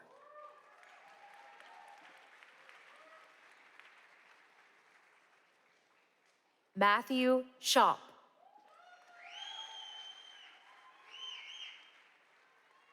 Zachary Ross Schildkraut. Matthew Murphy Schleich. Victor Schulenborg. Samantha Grace Seiler. Caleb Wyatt Septov. Shivali Shankar.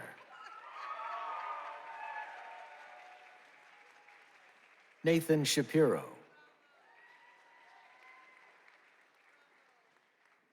Laura Clarice Shaw. Fatima Shahangir Sheikh.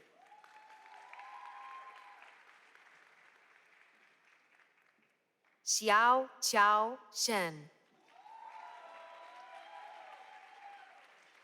Ryan Zachary Showman.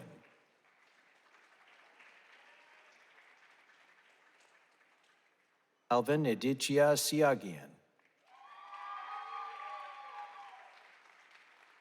Andrew Cooper Sigular. William Samir Simpson. Kara Skelly.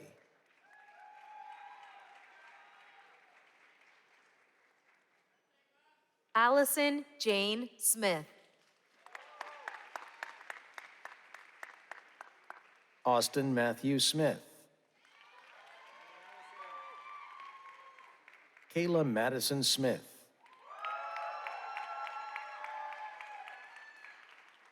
Abby Marie Sanye.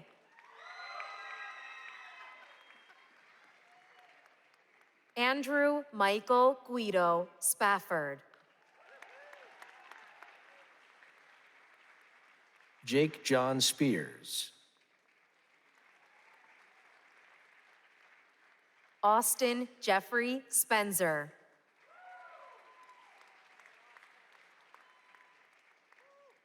Ishani Srivastav. Isabel Staines.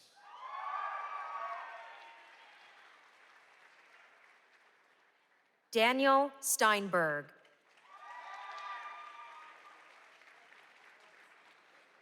Claire Marie Stomber. Nina Catherine Stupnitsky. Casey Sullivan.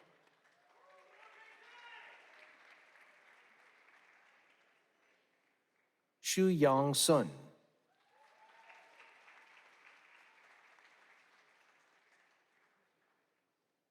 Maxwell Spellman Swan. Jeremy Adam Swanson.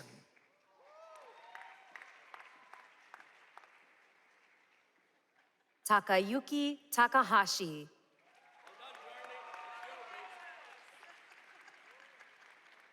Eljoy Edward Martentanos. Qingyu Cao. Emily Isabel Tatum.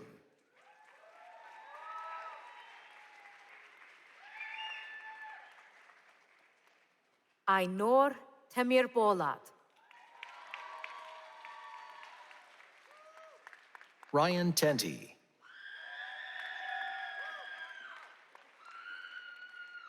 Tet Tadar Ong.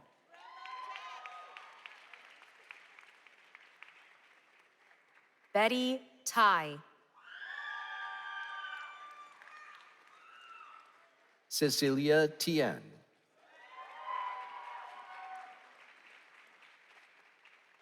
Mike Tiernan.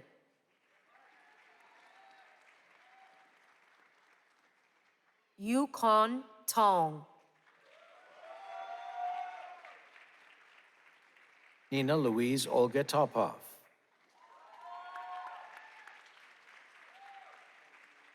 Haley Monterey Trantel.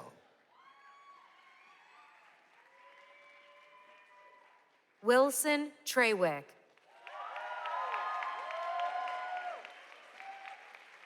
Shahad Abdulaziz Turkestani Jr. Cecilia Renee Turner.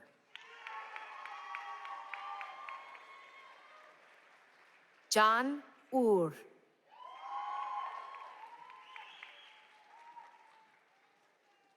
Emily Uranak. Aiden Ulu.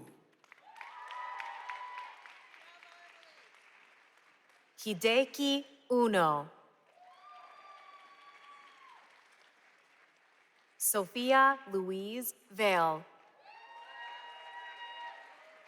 Erin Van Gilder.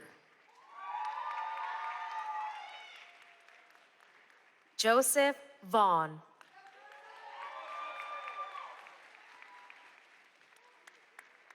Cameron Jonathan Vega.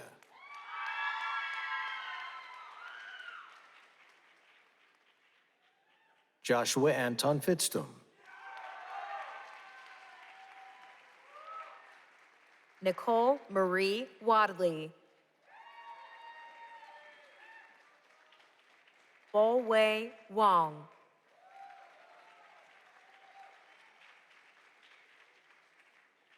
Jialiang Wang. Shuai Wang. Shuyang Wang.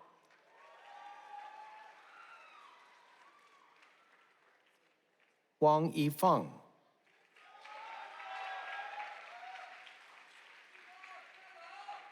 Nathan Edward Ward.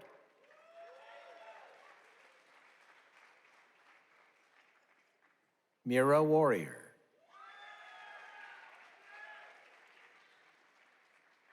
Martine Van Diggensen.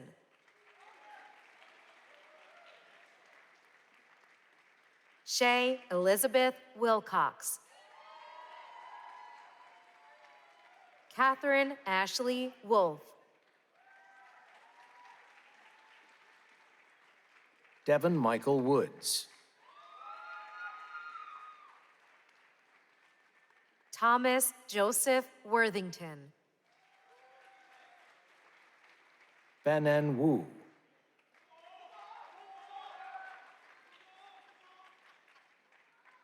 Chongwu Xu.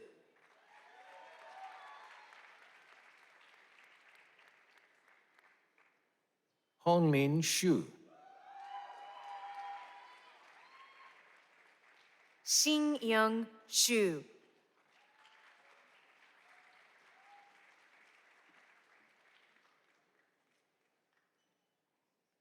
Zixia Shi. Hitomi Yamaguchi.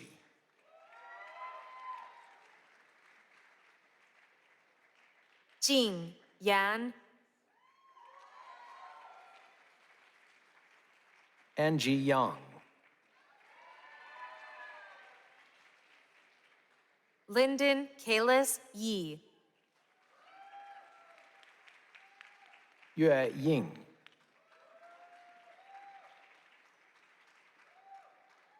Ho Jae Yoon. Aya Yusuf.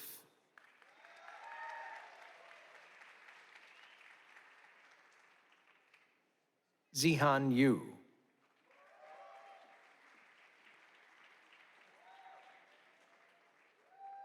Shuhan Yue.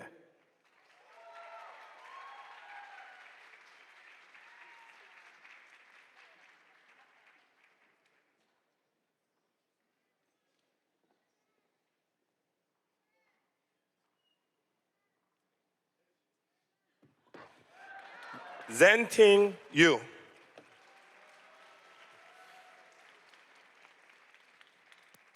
Amanda Lynn Zakowicz.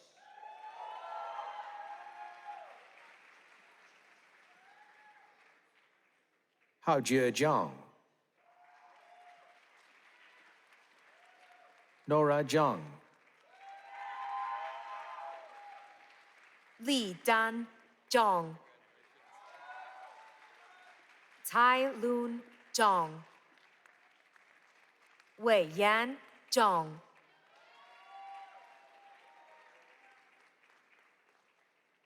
Xiaomin Zhang.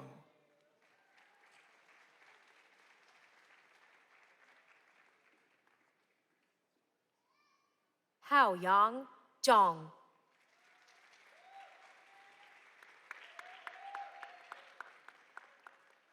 Shanxue Zhang.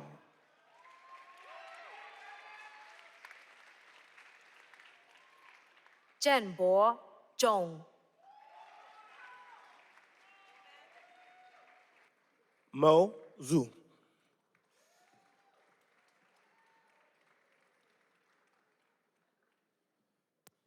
Suhui Zhou.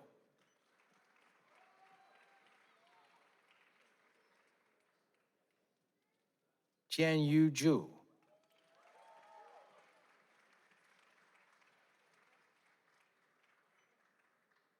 Irene Ann Sophie Ezrin.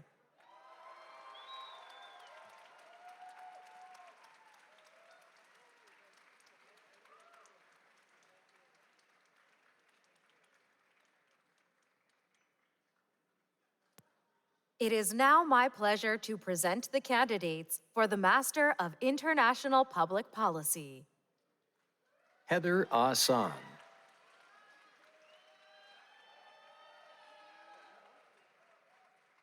Stephen David Albert. Maisa Atayeva. Anush S. Avitisyan. Andres Barquil Oteo. Michael Belmes. Matthew Bernard. Jeremy Bishop. John B. Boswell. Mark Bote.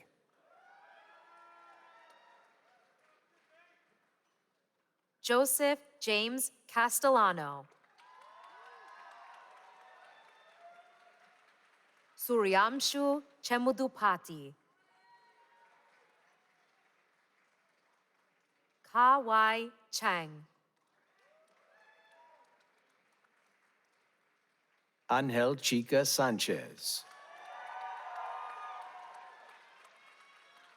Curtis Cornelius.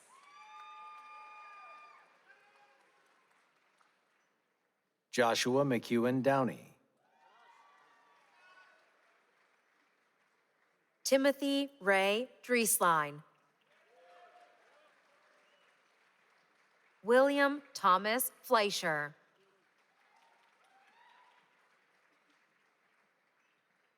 Michael J. Frassard.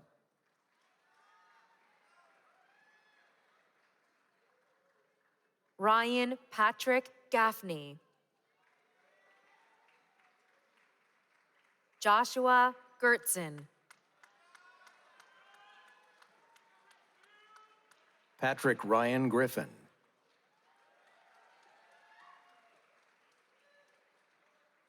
Jordan Hancock.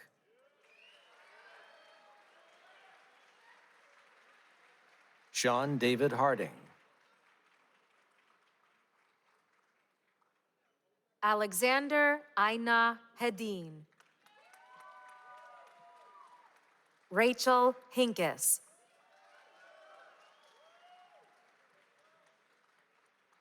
William Eugene Hutcherson. Jonathan Allen Hutchison. Aristodimos Dimitrios Iliopoulos. John Izzo.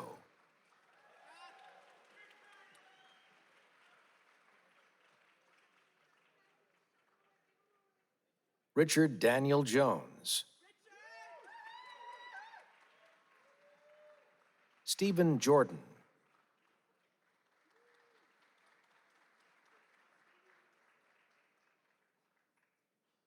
Andrew Kim.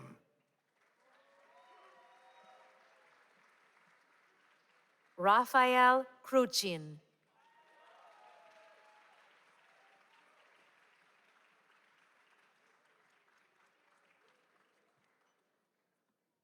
Daniela Cristina Martinez.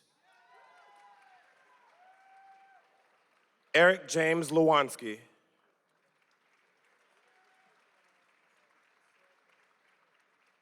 Michael Paul McDonald.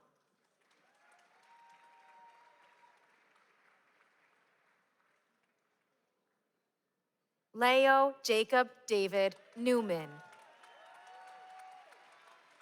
Melissa Nix.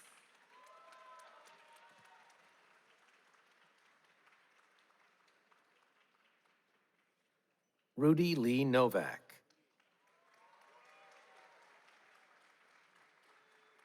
Albert O.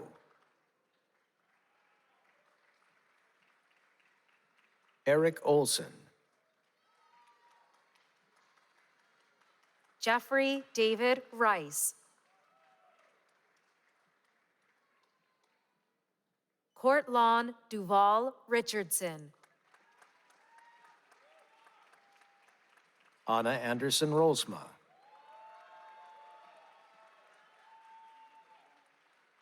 Ryan James Rosa,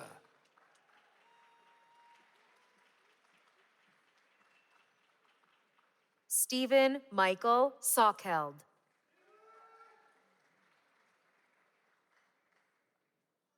Nathan Sawyer,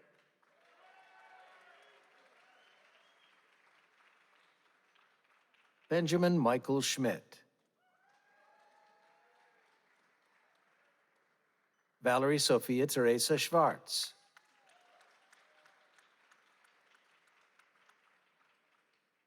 Patrick Serrato,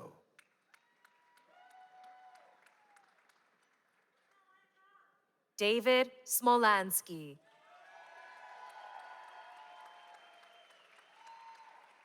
Sung Ho Song,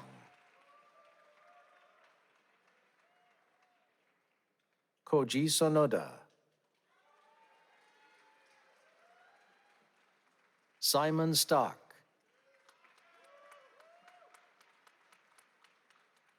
Mitsuyo Sugimoto,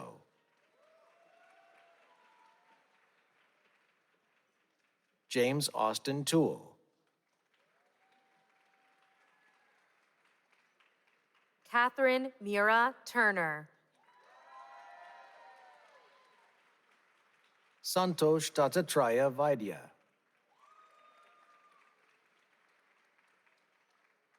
Nathan Wechter,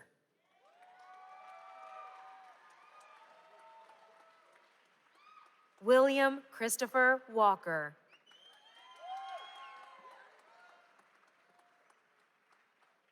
John Tyler Walsh,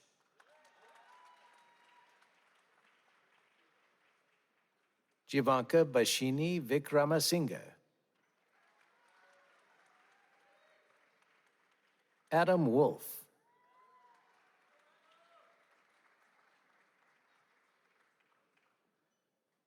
Molly Claire Yardley,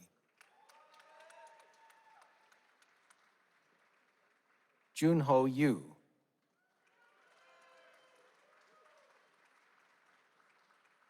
Jeffrey Thomas Zeberline,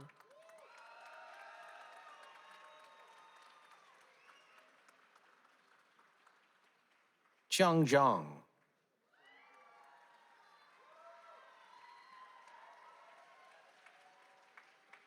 Derek Ross Zeitelman,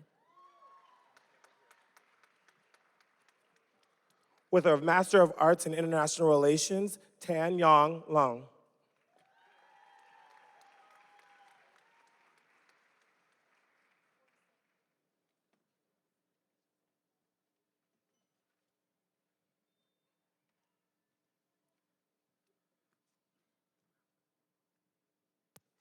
It is now my pleasure to present the candidates for the Master of Arts in International Economics and Finance.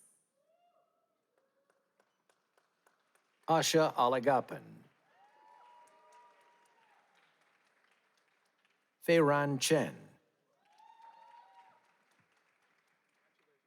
Kevin Chang.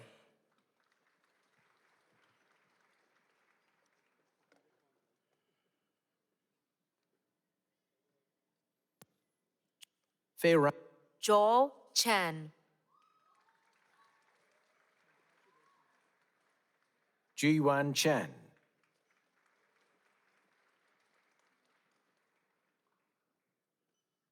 Chen Shi Dai,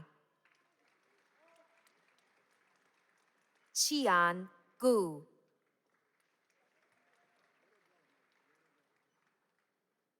Jiaqi Huang,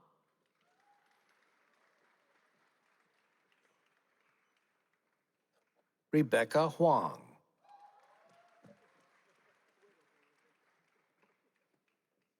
Tommy Sung Yup Lee,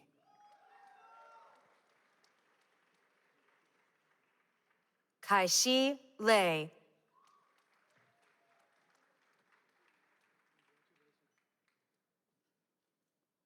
Lung Tu Li,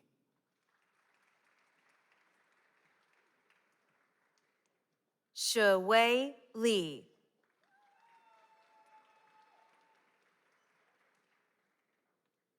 Chen Lian,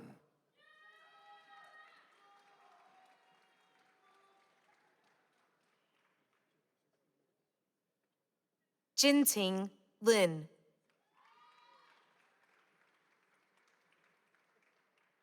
Wei Li Lin,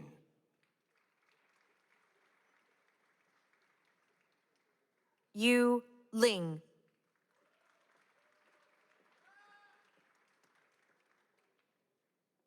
Chen Rui Liu,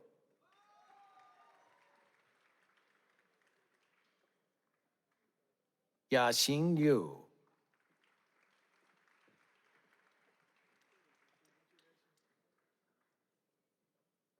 Huyan Liu,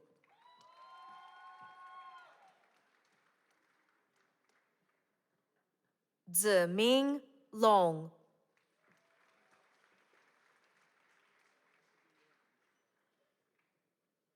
Ze Yu Luo,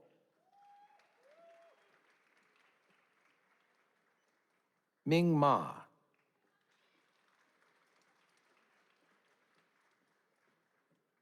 Joseph Martirana,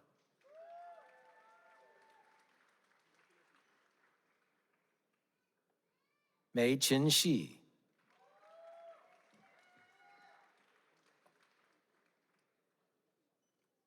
Tiffany Josephine Munoz Segara, Yu Yi Pan, Crystal Peng,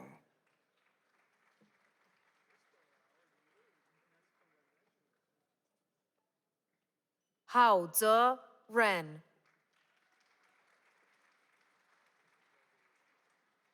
易涵少，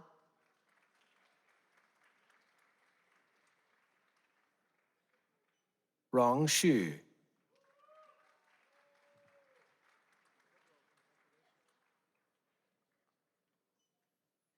欣然是，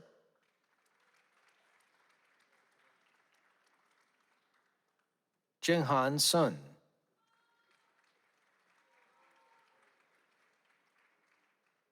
陆阳孙，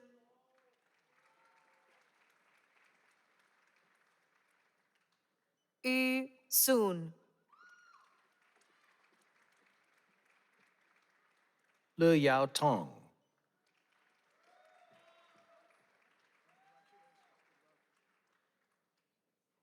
浩yu Wang,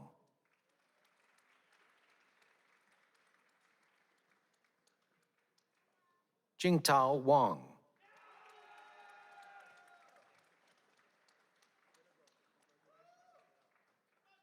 于新旺， Zuqing Wang,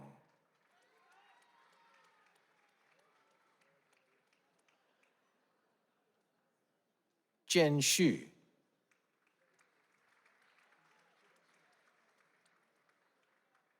方元阳， Zhuo Yang,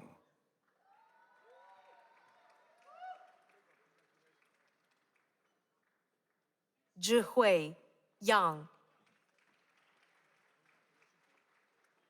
目前有亚如语，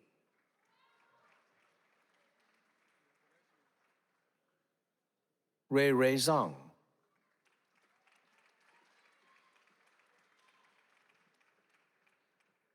曲瑞张， Shuhan Zhang,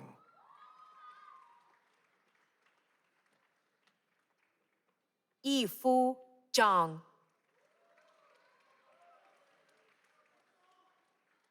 非凡赵，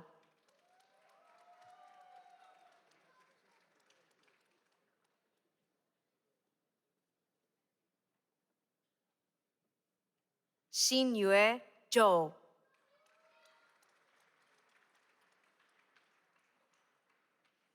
It is now my pleasure to present the candidates for the Master of Arts in Global Policy. Tomasz Baranier.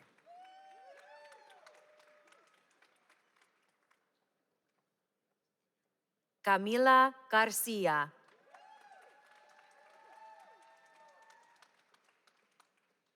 Maggie Husted.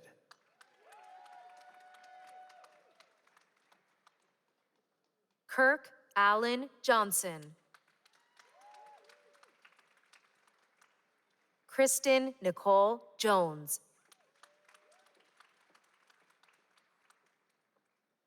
Ethan Charles Crumno.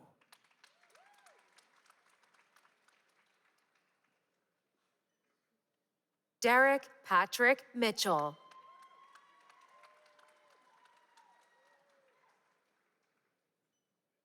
Emily Nye.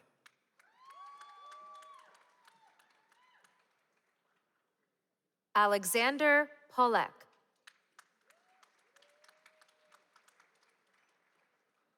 Tate Ryan Mosley.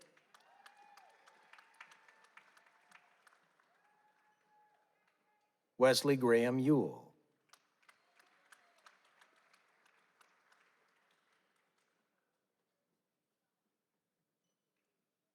It is now my pleasure to present the candidates for the Master of Arts in Global Risk. Oluremi Akin Olubade. Ashley Barlow.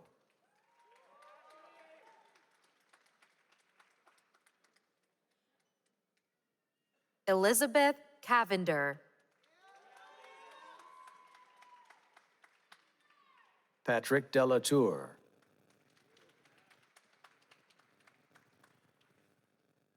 Kyle Walter Gisevich.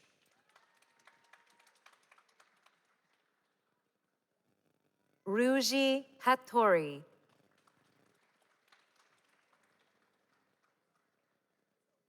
Jonathan Su.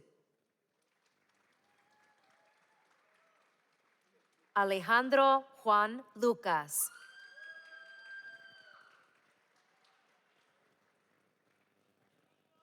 Nicole Misong Kim. Lucas Lamb.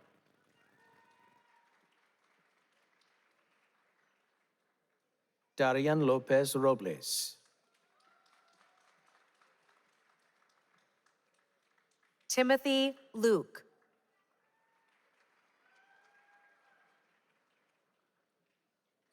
Jordan M. Martinez. Grant Anthony Mayer.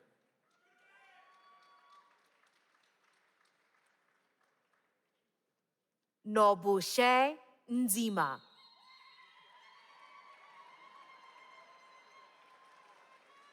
Charles Nicholas O'Neill.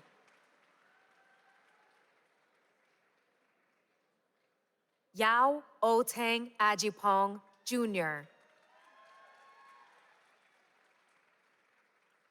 Eric Stephen Paulson.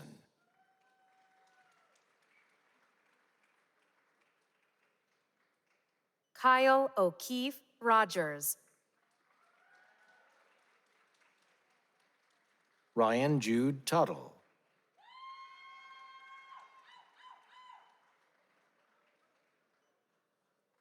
It is now my pleasure to present the candidates for the Master of Arts in Sustainable Energy. Koji Ayao. Robert Claudius Catalanato. Colby Bradshaw Cunningham. Amethyst Rose Devlin. Aiden Dwyer. Lauren Kennedy Estep. Joshua Chandler Freeman. Christopher Frick.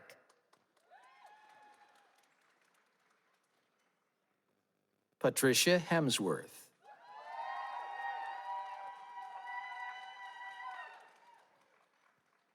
Leonie Hikita.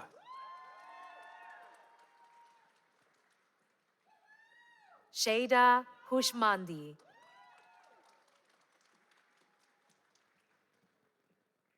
Melissa A. Horine.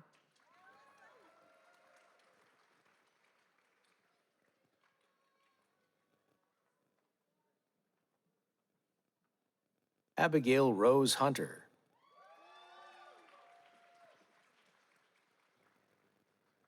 Pavla Notkova.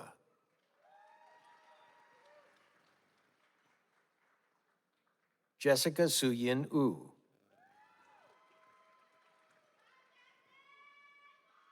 Justin Patrick O'Rourke.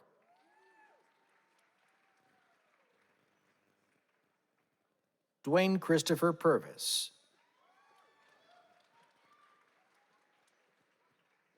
Waleed Helmi Shakwir, Jr. Robert Kent Stafford, III. Brian Vincent Stratton. Ryan Carl Totten. Eric Dennis Zito.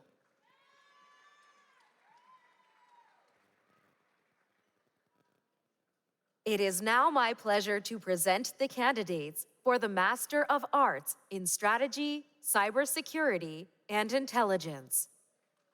Maureen Adamson.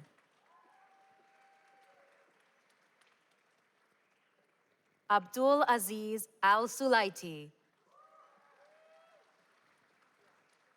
Rudolph Andrew Antonsic IV.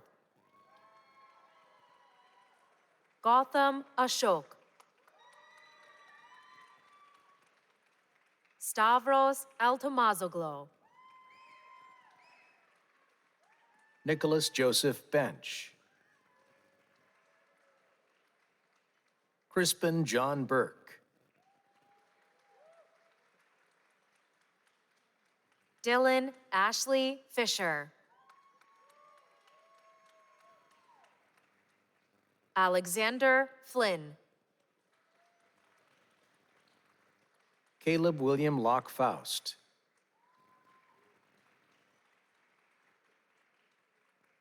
Garrett Scott Garcia.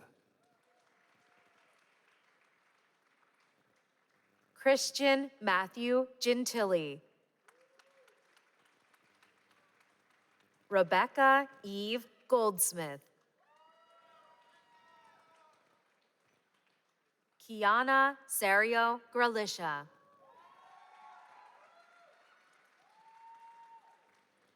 Robert Lachlan Harnett, Jr.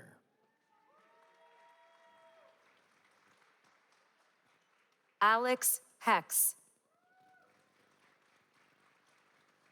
Mackenzie Jens Keck.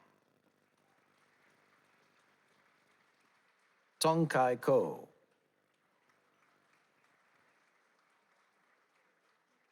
Juliette Maya Milen Legulanel.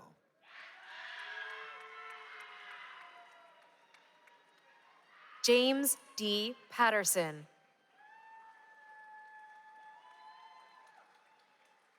Holden Benjamin Rhodes.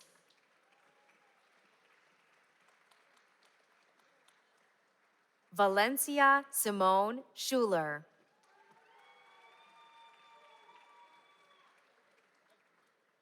David Matthew Smith.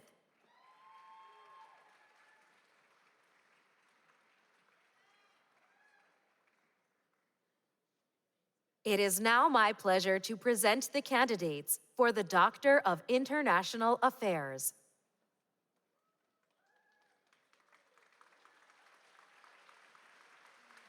Ibrahim Alasil.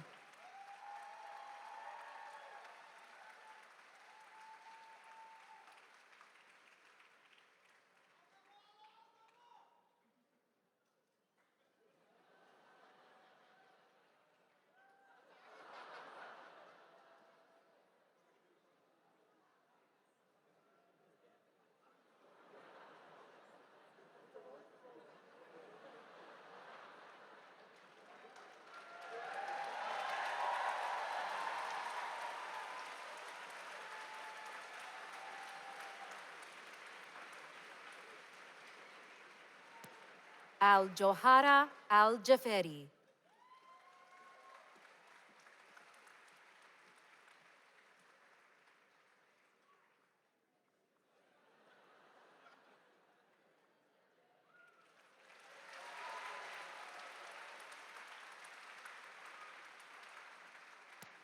Adejoke Abington Ashaye.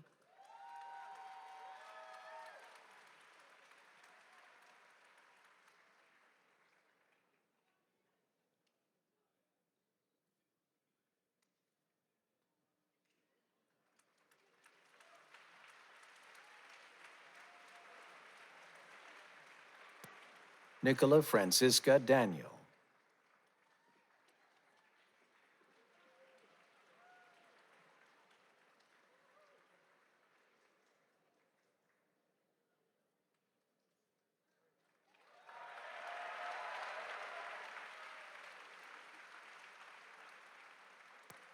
Marjan Horst Esasi.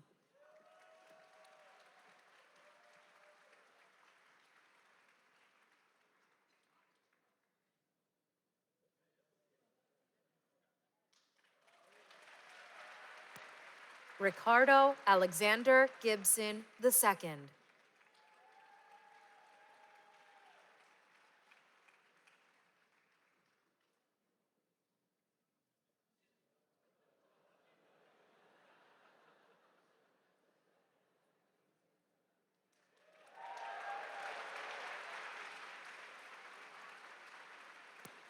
Ida Wambui Gitu.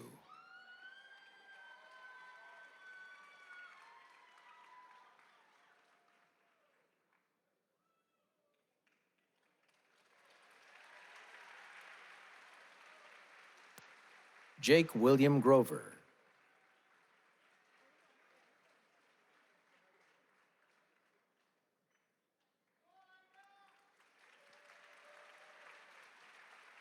Timothy C. Healy, Sr.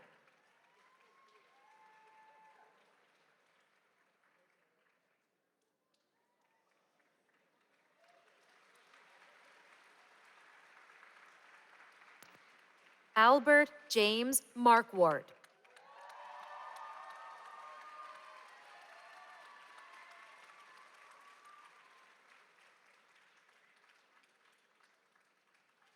Nobutoshi Nakanishi.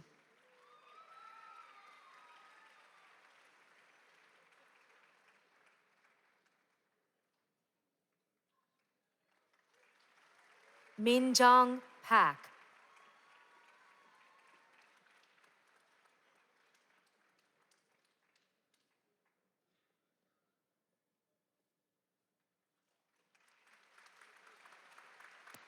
Serwat Perwez.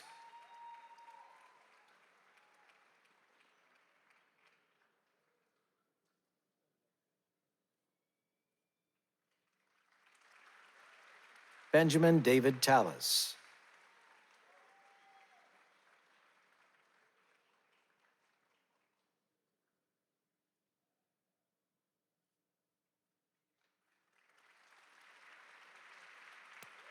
Juliana Chinyaka Victor.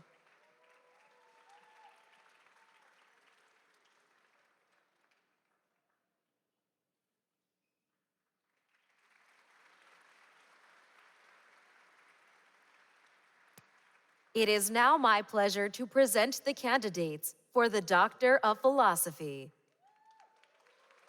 Jean Kim Choi. Making and Remaking the Market. Government Intervention in the LNG Market in Japan and the Republic of Korea.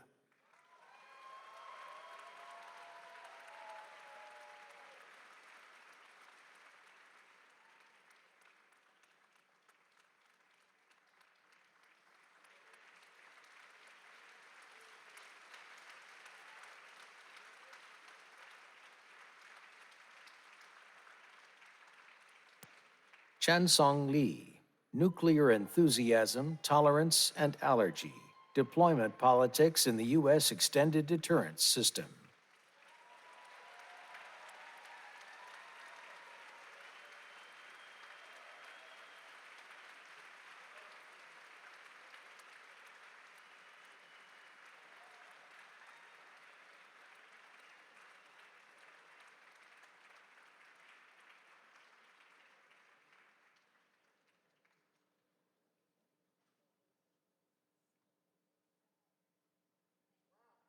It's exciting. So let me ask you one more time to join me in a round of applause for this extraordinary class of SAIS 2023.